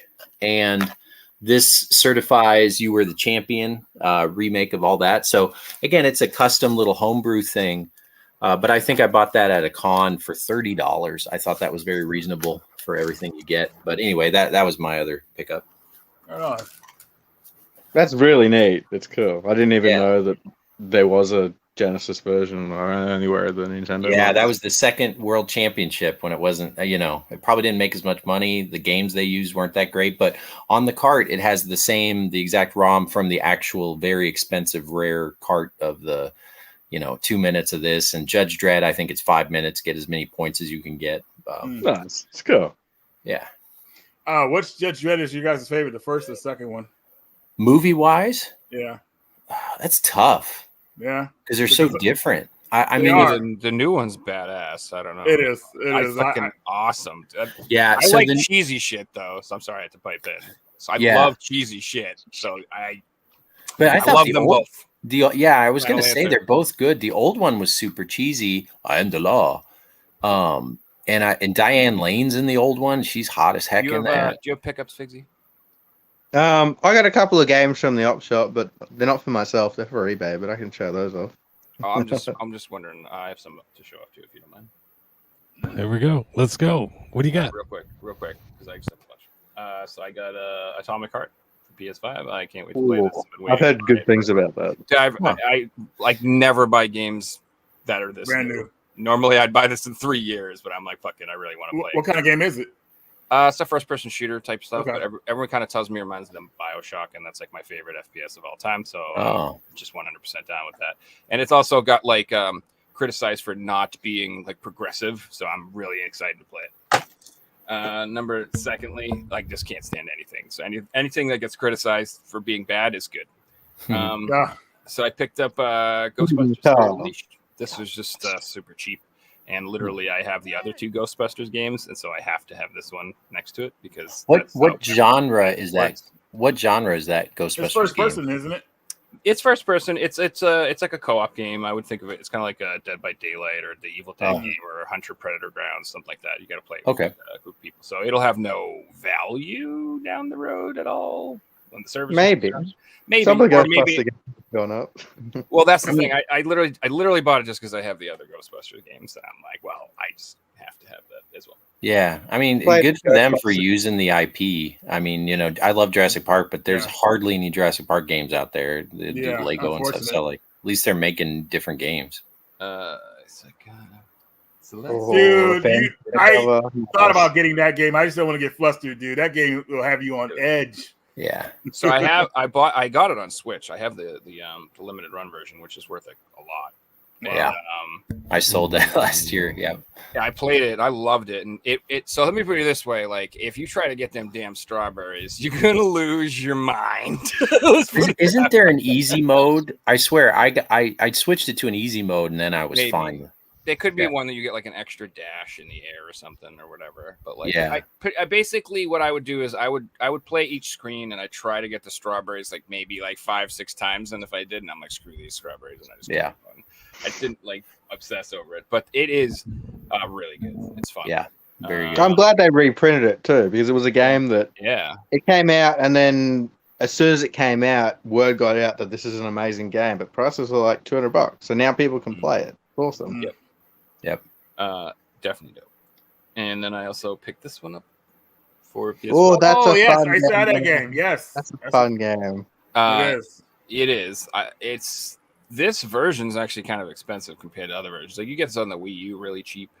Is it now? Yeah. Well, if you want a sealed copy, they're at least $40, I would say. I've seen them like 60, 70 or something like that. But most reason I got it is I'm like going for the full Sedesco set. Oh, so like I love. So you got remothered already, then, right? Oh yeah, I have all of the ESR. I'm missing 2 of them. Okay. Which ones are you missing? Tower of Guns and what the hell's the other like the first one that came out? That's crazy. I can't remember the name of the other one right now. They're all weird names, man. Tori, it's going with an egg on it. I think it's that. Okay, that one. I know what you're talking about. Yeah, I think it's. Yeah, I think that's the name I want to. I'm missing those. And then there's a couple Sedesco ones that only got European releases, and like I can't get them, and that's like really pissed me off. So I kind of like slowed down on getting these because I was like irritated. I was just really angry because like they came out in just Germany, and there's one seller on eBay that has them at all, and he won't ship them outside of Germany. Not outside not to the US. He won't ship them to the Netherlands. Like, he won't ship them anywhere. That's an angry German there. Hit up Christian, dude. You don't get my game. Maybe. I'll ask. Who knows? I got this finally came in. I ordered this a long time ago, but this is a Touch my Kizuna AI touch my meat. Touch the beat. That's a VR game. Yeah, it's a PlayStation. Yeah. Will's like, I'm writing this down. It's Japanese. It's not I for don't me. know. It's got like it's got the like man woman. It's a music game. Is this normal? Does Japan? It's like is it like a Hatsumi type game? Mean? What does this mean? Is this like what does this mean? That's a boy and a girl symbol. I understand that. Why are they like crisscrossed, like kind of touching each other? Or something going? I don't know. Interesting. Is it on a video game? Co-ed. That's interesting. So that has to be a Japanese thing because obviously here we have the whole like gender, everything's right. But that's just saying it's appropriate for boys and girls. So that's interesting. Like it's not a boy-girl game or a girl game. I'm assuming that's what it means. I'm assuming that you're not allowed to buy it unless you're both genders. It's for hermaphrodite. It's quite an assumption. That's a different show, man. That's for the Patreon show, Joe. Anyway, this one I've wanted forever. And I've always been like, I'll get it. And then they announced they were like discontinuing it, and then it like sold out everywhere. So I fucking got this before it was too late. I wanted this for a while, but this is like a dungeon crawler, like Etrian Odyssey or something like that. But I heard it's really good, and it looks really good. And like I said, I just wanted it for a long time. I like games like this. So it's hard to go wrong picking up an NIS America title. Yeah, they discontinued like a whole bunch, and of course, Sean Powers just bought all of them at once. He bought every single one of them they announced. I'm like, all right, but I wanted this one. This one, it's expensive too, and Play Asia had it for sale for like a couple weeks, but they're sold out now. So like now it's like I've only seen like $90. So anyway, if you really want it, I'd go for it. Do you do the economy shipping with Play Asia? Oh yeah, I $100. I do $100 on every free order shipping? with Play Asia. So free shipping, time. Cool. Which is it's really bankrupting me. It probably will get reprinted. It probably will. I mean, I wouldn't surprise me at all. So I also picked up this Killer Frequency. Oh, Team 17, very nice. I watched a couple streamers play this, and it was freaking awesome, dude. What kind of game is it? So it's like I would guess it's like an adventure type game. You're basically in a radio station, and you're taking calls on a radio station, and there's a murderer going around killing everybody in the town. Sounds like Clock Tower. You have to like figure out what's going on and like tell people what to do so they survive and they don't die. It's just you could be talking to like the murderer and you wouldn't know. So yes, exactly. So you might the murderer might have crawled in a bunch, then you don't know. And as far as I know, I think it has a different story each time you play it. I don't think it's the same. That's cool. So I believe that it might be a different. It's like Pluto in the video game. It was really cool when I watched people play it. Like I legitimately enjoyed it, so I figured I'd grab it. So James says one of the best games he's played in a while. Yeah, dude, it's dope. And you know what's amazing about it is like it's just dialogue for the most part. You're just like chilling out, listening to people talking, and you wouldn't think that would be like that great, but it's really interesting. It's a good game, dude. Like I like games that are just different like that or unique. So I'm just gonna show all of these together because I got them kind of as a set. So nice. Grim Fame. I like the full throttle artwork. That one's awesome. Yes. Did they remake these? Or not remake? I'm sorry. I mean, did they re-release these? No, when I order from Limited Run, I always order like giant bundles of games. I always order like 5 or 6, so I literally get my games twice a year. Oh, so like there are games that other people have gotten months ago, and they're like playing them, and I'm just getting them now. Oh no, I just didn't know one I never stupid game that wasn't seen finished. The cover. Yeah, the cover of Grim Fandango I thought was different than maybe it was a different. I think a different company might have done a version. Okay, like maybe like Pixel Lover Fan Gamer or something. Or I think 8-bit. Yeah, I'm 8-bit did it. I'm 8-bit did. Okay, yeah, that's what it is. I'm pretty sure some other company did it. Yeah, I played Day of the Tentacle not too long ago. It was a free game on PlayStation Plus that I got like literally like 6 years ago, and I randomly put it in. That's a fun game. Day of the Tentacle is really freaking weird. It's good. Yeah. All 3 of these are supposed to be good. What pisses me off is that if you ordered all 3, you're supposed to get a sleeve, and no fucking sleeve. Limited Run. What's going on? Where is it? Just nothing. No response. Nothing. Send them an email. Nothing. Whatever. That's about right. Wow. Yeah. Limited Run. Just didn't get it. Other people posted the same thing. Like I saw in Facebook groups, they're like, "Did anybody else just not get their sleeve?" I'm like, "Yeah, they just decided not to do that." Or what they'll say is they were like, "Well, we didn't want to hold it up. The sleeve will take another 2 years, so we'll give it to you in 2 years." They're the most passive. Limited Run's the most passive aggressive crap. I mean, they're such Midwesterners because I'm a Midwesterner. I could say that. So we generally don't get mad. We get passive aggressive in the Midwest here, and that's literally what they do. They act all high and mighty. They reply to everything, and then when they ask things, they're like, "Well, why are you?" You know, if you really need this, then we did this and we did this for you. It's like they can't say they effed up. I just, it's so hard for them to say that.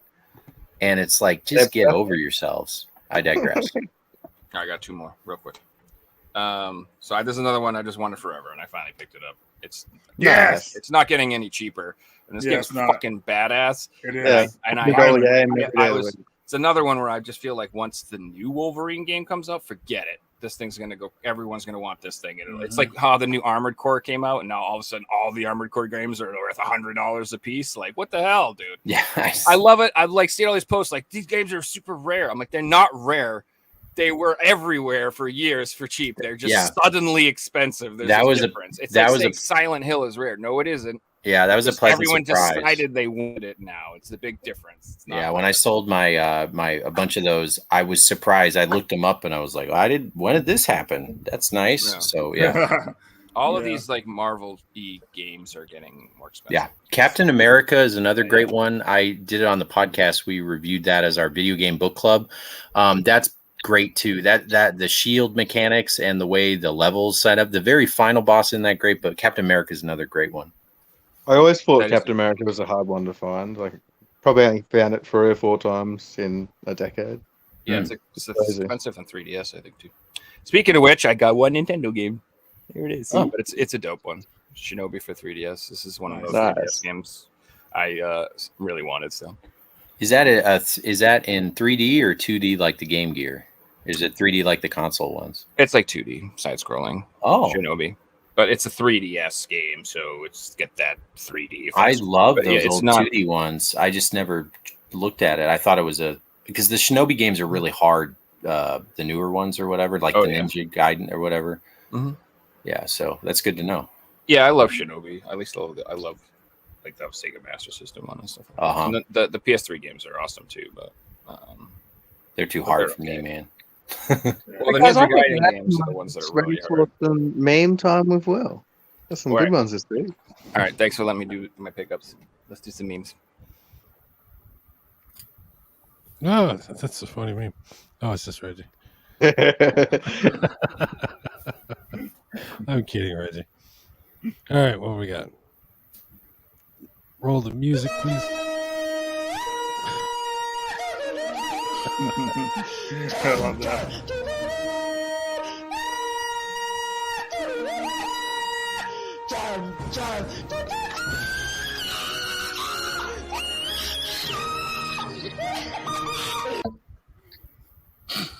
Completely unnecessary, but I want to buy the Xbox. All right, which one? The Xbox One, Xbox One S, Xbox One X, Xbox Series S, or Xbox Series X?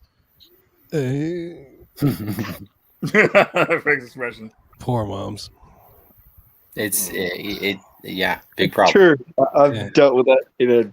That's hilarious. This is real wildlife footage. This is Donkey Kong Country, dude. That is pretty ridiculous now that I think about it. What else we got back there?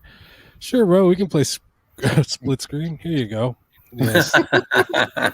The player 2 jank controller. Yeah, I always give the little brother the bad controller, but that one, someone made that with love. What the hell is this? And for you viewers at home or on iTunes and Spotify, it's Noah. And it's Mario and an elephant, and then it's that elephant Mario. I guess they did something funny in the back. The elephant's face expression is hilarious. I'm excited about that game. I think you guys already talked about it, but like I'm stoked about them kind of changing things up. Yeah, it looks good. Fresh into a game that's been done. Well, it looks trippy. Good. Yeah. Oh. Twitch. Perhaps there's some video game streams in here, and there's a bunch of booby streamers. Okay. Yeah, that's about right. Needs to be a hot tub in there as well. Me on my way to work, knowing I just bought a new game that I've been wanting to play. Dude, that's very accurate. Yes. All right, and yes, Nintendo GameCube only for Nintendo. Resident Evil 4. Only 4. Dude, that's funny. I never really thought. I always knew that most of the time they say exclusive, but that's like only 4. Like it's a big FU, and the way Nintendo puts that. So that's pretty funny. What else we got? You want to cut me off in traffic? I got something for you. Wow, the Turtle Shell. A lot of Nintendo. What How the much heck? y'all think GameStop gonna give me for this? My brother's toes though. It's like two. I hope that's a toe. Why does it say your rage on it I don't know. on the bottom of the game? These are the random things I find on the internet. It's Holy a cow. wild place, the internet. I don't get the joke. I'm just confused. It's just an ugly. You know, you always see feet in feet Yeah. in sales pics. That's a hoof. Yeah, Yeah. That's not a foot. or it's a different appendage. I don't know. What else? Is 8 hours a lot? Well, it depends on the context. Gaming? No. Work? Yes. I don't know. 8 hours of gaming and I got a sore wrist. I don't know about you guys. Fires up Tomb Raider. 11-year-old me. Oh, hell yeah. Yeah. Damn. Yeah. Them All those polygons. Yeah. Polygons. Dude saved his PS5 from a fire. He's the real hero right there. That's hilarious. Man. Yep. Forget the shirt. Yeah. Oh shit! I got a cat, and he's got to run back. But anyway, what else we got? GameStop. Well, we're taking in retro now and offering a BOGO deal. Me, say less. Have you guys gone hunting the GameStops for your retro games yet? I hit 2 over the weekend. Couldn't find anything. Maybe they're just hiding in the back. They didn't really have anything in mind. Like, what do you mean? What do you mean? Like, GameStop is now once again taking in retro video games. And they're selling retro games again.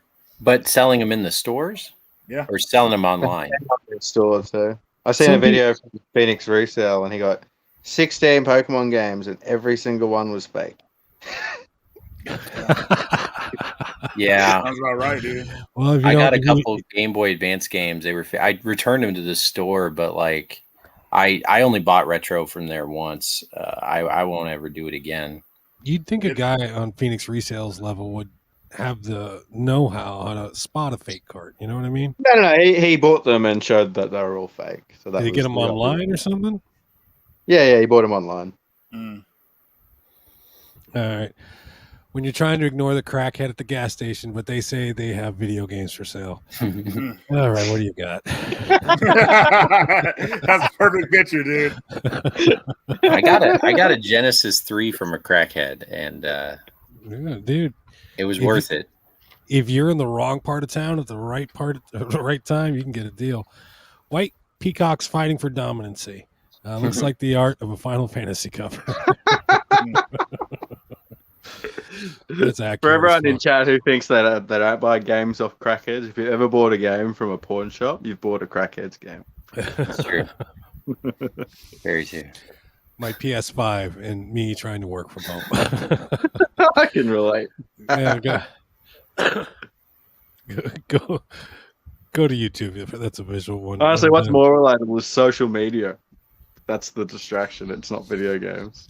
Man live streamed himself getting into a 3-hour-long high-speed police chase while blasting Mario Kart music. Jeez. And he was here's my thing. That shouldn't be a police chase if he's in a Bugatti. He should have just gotten away in like 30 seconds.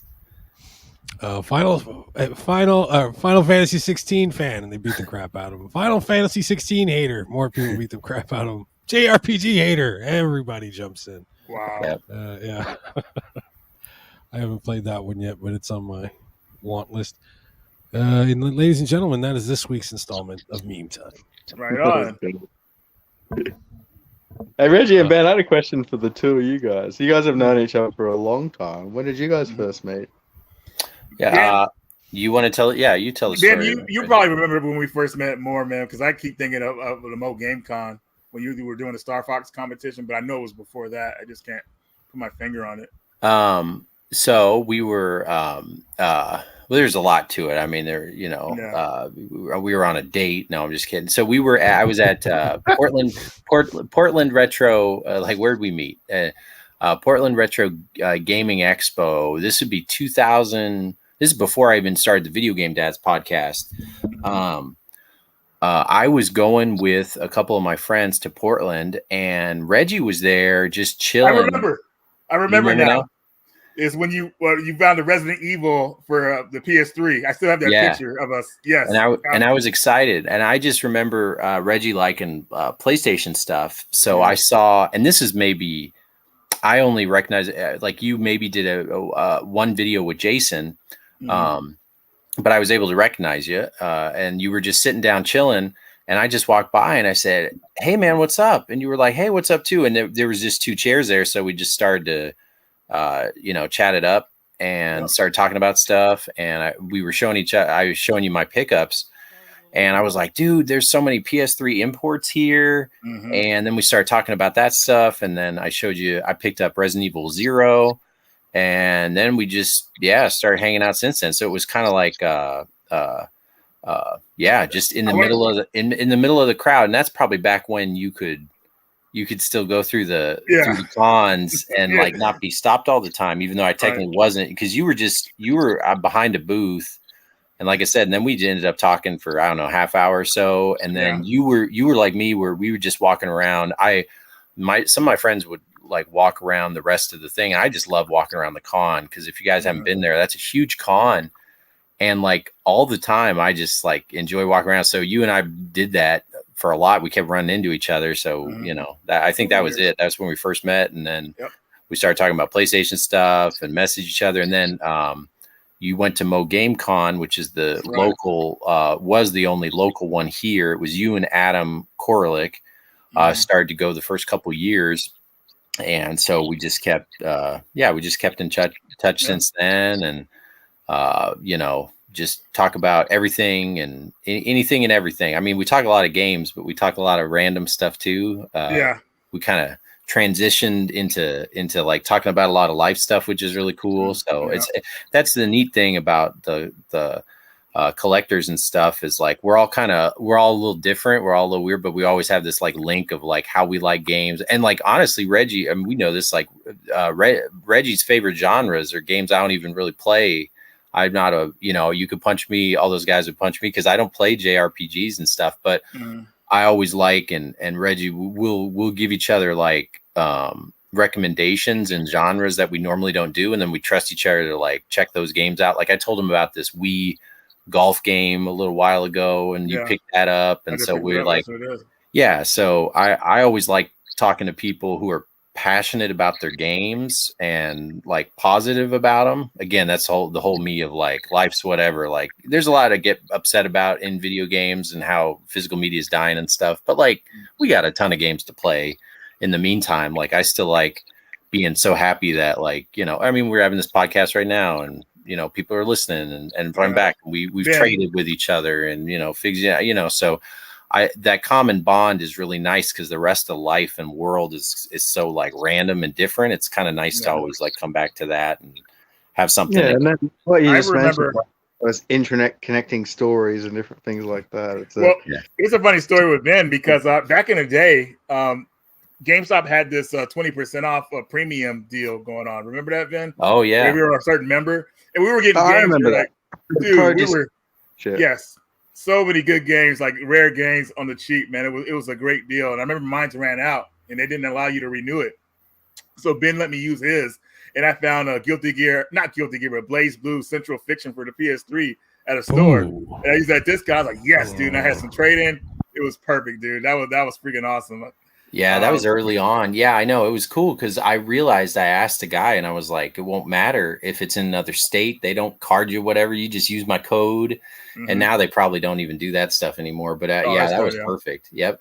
And we'll pick up, find stuff, or, picking up things for each other if we find something that's interesting. Or like, hey, have you had this one? Yeah, and Ben is so chill too, man, because he'll see something he wants at a con. And he wants it right away, but he's very patient, and he'll wait. And I remember at the last con we were at, he saw the PAL version of Sonic Generations. This guy had it for sale, and I was like, dude, I was looking at it too, Ben. I was like, man, this guy, no way. And Ben was patient, and I didn't get to see him that much at that con. It was really busy that year. I remember it was crazy. I remember. He gave me the bag, but then at the end of the con, I saw you. You were holding that thing. I was like, you got it. It was so crazy. The white one. Yeah. The big box. Yeah.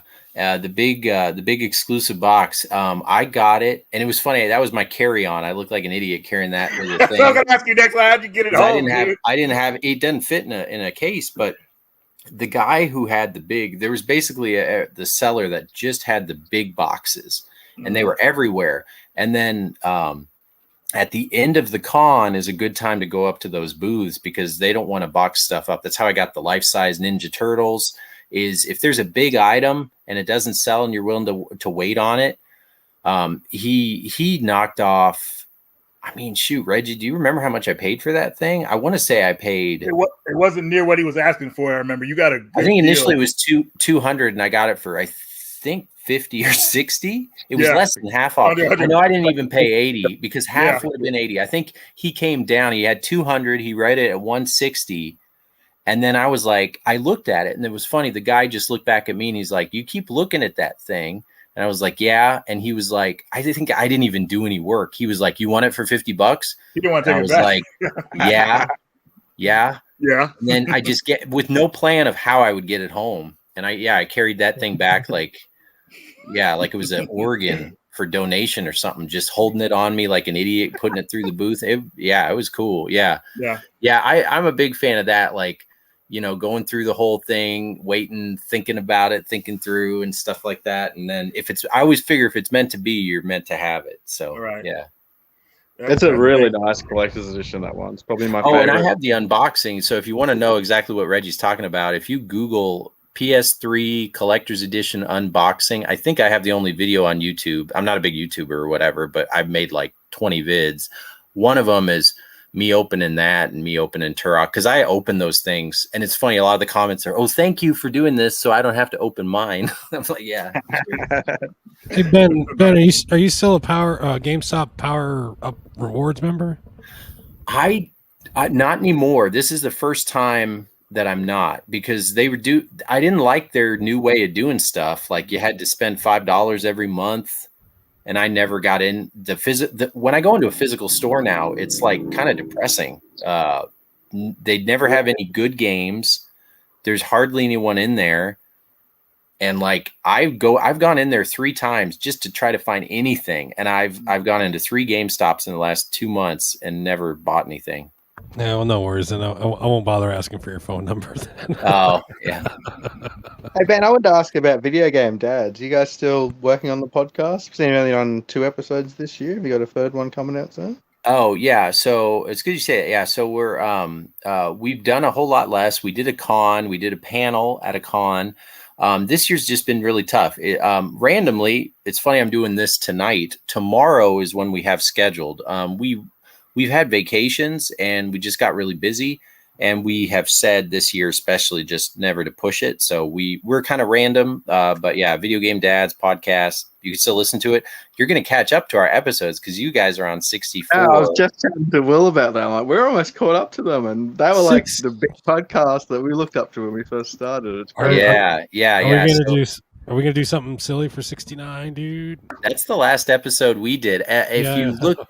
Yeah, at the title of it is A Gloved Finger, because I talked about being in a proctology or whatever. Because when you turn 40 as a male, you get something done to you, and so that's in the last episode. But yeah, we're actually going to have another episode drop in the next week. We're recording tomorrow, so yeah, we don't do it very often, but.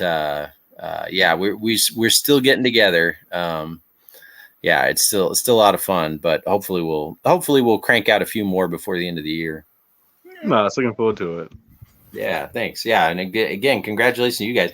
It's a lot of work. We at one time we're doing it every week or 2 weeks early in the first year or two, and then we realized we'll do it every month, and then it became bi-monthly, and then more kids and stuff, and one of the dads, we got a new dad that came in, switched out another dad, and editing takes a lot of time, and I got a new job, so that was a big thing too. But no, we still like it, and we tell our fans.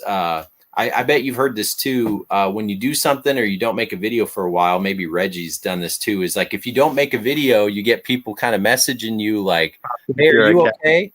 But they'll also be like, hey, can you make something? Because I enjoy it. And it's like, oh, I want to. I don't want to disappoint you. And that's how you end up feeling when you create stuff. You're like, you kind of, yeah. So good for you guys for continuing to crank them out, because that helps the algorithm. Because when we were at the top, we got, as an amateur podcast, really high. It was when we were regular with the uploading. So being regular with the uploading is so important. So you guys are good for you guys for doing that. It's fun, and it's not just me and Will. There's 6 people who are in the podcast team, so they all contribute, and we wouldn't be able to do it without everyone's help. So yeah, of course, Joe in the background. Yeah, good for you. Yeah, I know. We're a skeleton crew, so that's why we don't make as many. We just all the editing and stuff. That's a lot. And of course, everyone coming back and watching every week. So the viewers are coming back every week watching. We're going to be here, so that's the main thing. We don't give the people a chance to say to miss us. People are like, no, that's enough. Just let me catch up. So we're taking vacations. What we need to do. Yeah, we're pumping out 2 a week now. Yeah, hopefully I didn't talk too much. I feel like I took away all of our time. We were not at all, man. It's great having you on because it's been a while, man. So yeah, we were going to talk about genre stuff. Yeah. Oh yeah. We'll do that some other time. Great time. It was fun. It's good to catch up with you again, Ben. It was great to have the 2 of you on together. It was really. Oh yeah, definitely. Yeah, I can't wait to. Again, hopefully we can make this work and see each other in person at one of these cons. That makes sense. But it's good. Reggie's going to the one that Will's at, and Figsy, you need to cross a large pond. Yeah. Yeah, I'll get to it eventually. I planned on doing a bit of travel, and then COVID hit. So yeah. Well, I'm planning on doing a trip to Germany next year and meeting up with a bunch of viewers and collectors. So yeah, we'll see how we go, and then maybe heading to North America or something the year after. Cool. If he goes to a con, what con do you recommend he goes to, Ben? Portland? I mean, yeah. As much as that's a generic thing to say, right? Like, go have a hot dog in Chicago or whatever, or go have a pizza in New York. Like, I mean, there's a reason for it. So, like, Portland, I don't know how it was this last year, because of all the COVID changes and stuff. If it had trouble getting back to what it was, but just the size of it is quite ridiculous, and it's. You're just never bored, and there's so much there. And it's definitely, worth it. I need to go back. I'd love to be able to go back this year, but I'm going to be out of town. I'm going to Florida, going to Universal with my son, so it'll be his first trip. There's going to be a dad and son trip. So I'm taking him to Universal. It's just as much for me though, because I've said I love Jurassic Park. I've never been to see the Jurassic Park rides and stuff. So it's the 30th anniversary, and they're doing a lot of stuff, and obviously my son is going to have a lot of fun. So we're going there for a weekend, and I think it's the same weekend of PRGE. So hopefully next year we'll hop out there, but definitely Portland Retro is amazing. I've heard good things about Game On Expo, and I've heard good things about Too Many Games. And then the big ones in Dallas. The only thing I don't like about Dallas is it's hot down there when they do that con. So if you don't love sweating and being in a room full of other people that sweat a lot, Portland does not have that humidity. So the hygiene of hobbyists of our ilk isn't known for being that good. So. Yes. Yeah, agreed. Well, guys, I think we might call that one a night. Ben, Reggie, thanks so much for coming back on the show, guys. Yes. We'll see you guys on Sunday. We have Silvern. Silvern's a collector from the Netherlands going for a full PS3 set. So it should be fun having him on the show, and see you guys soon. Wonderful. Good night, everybody. Night.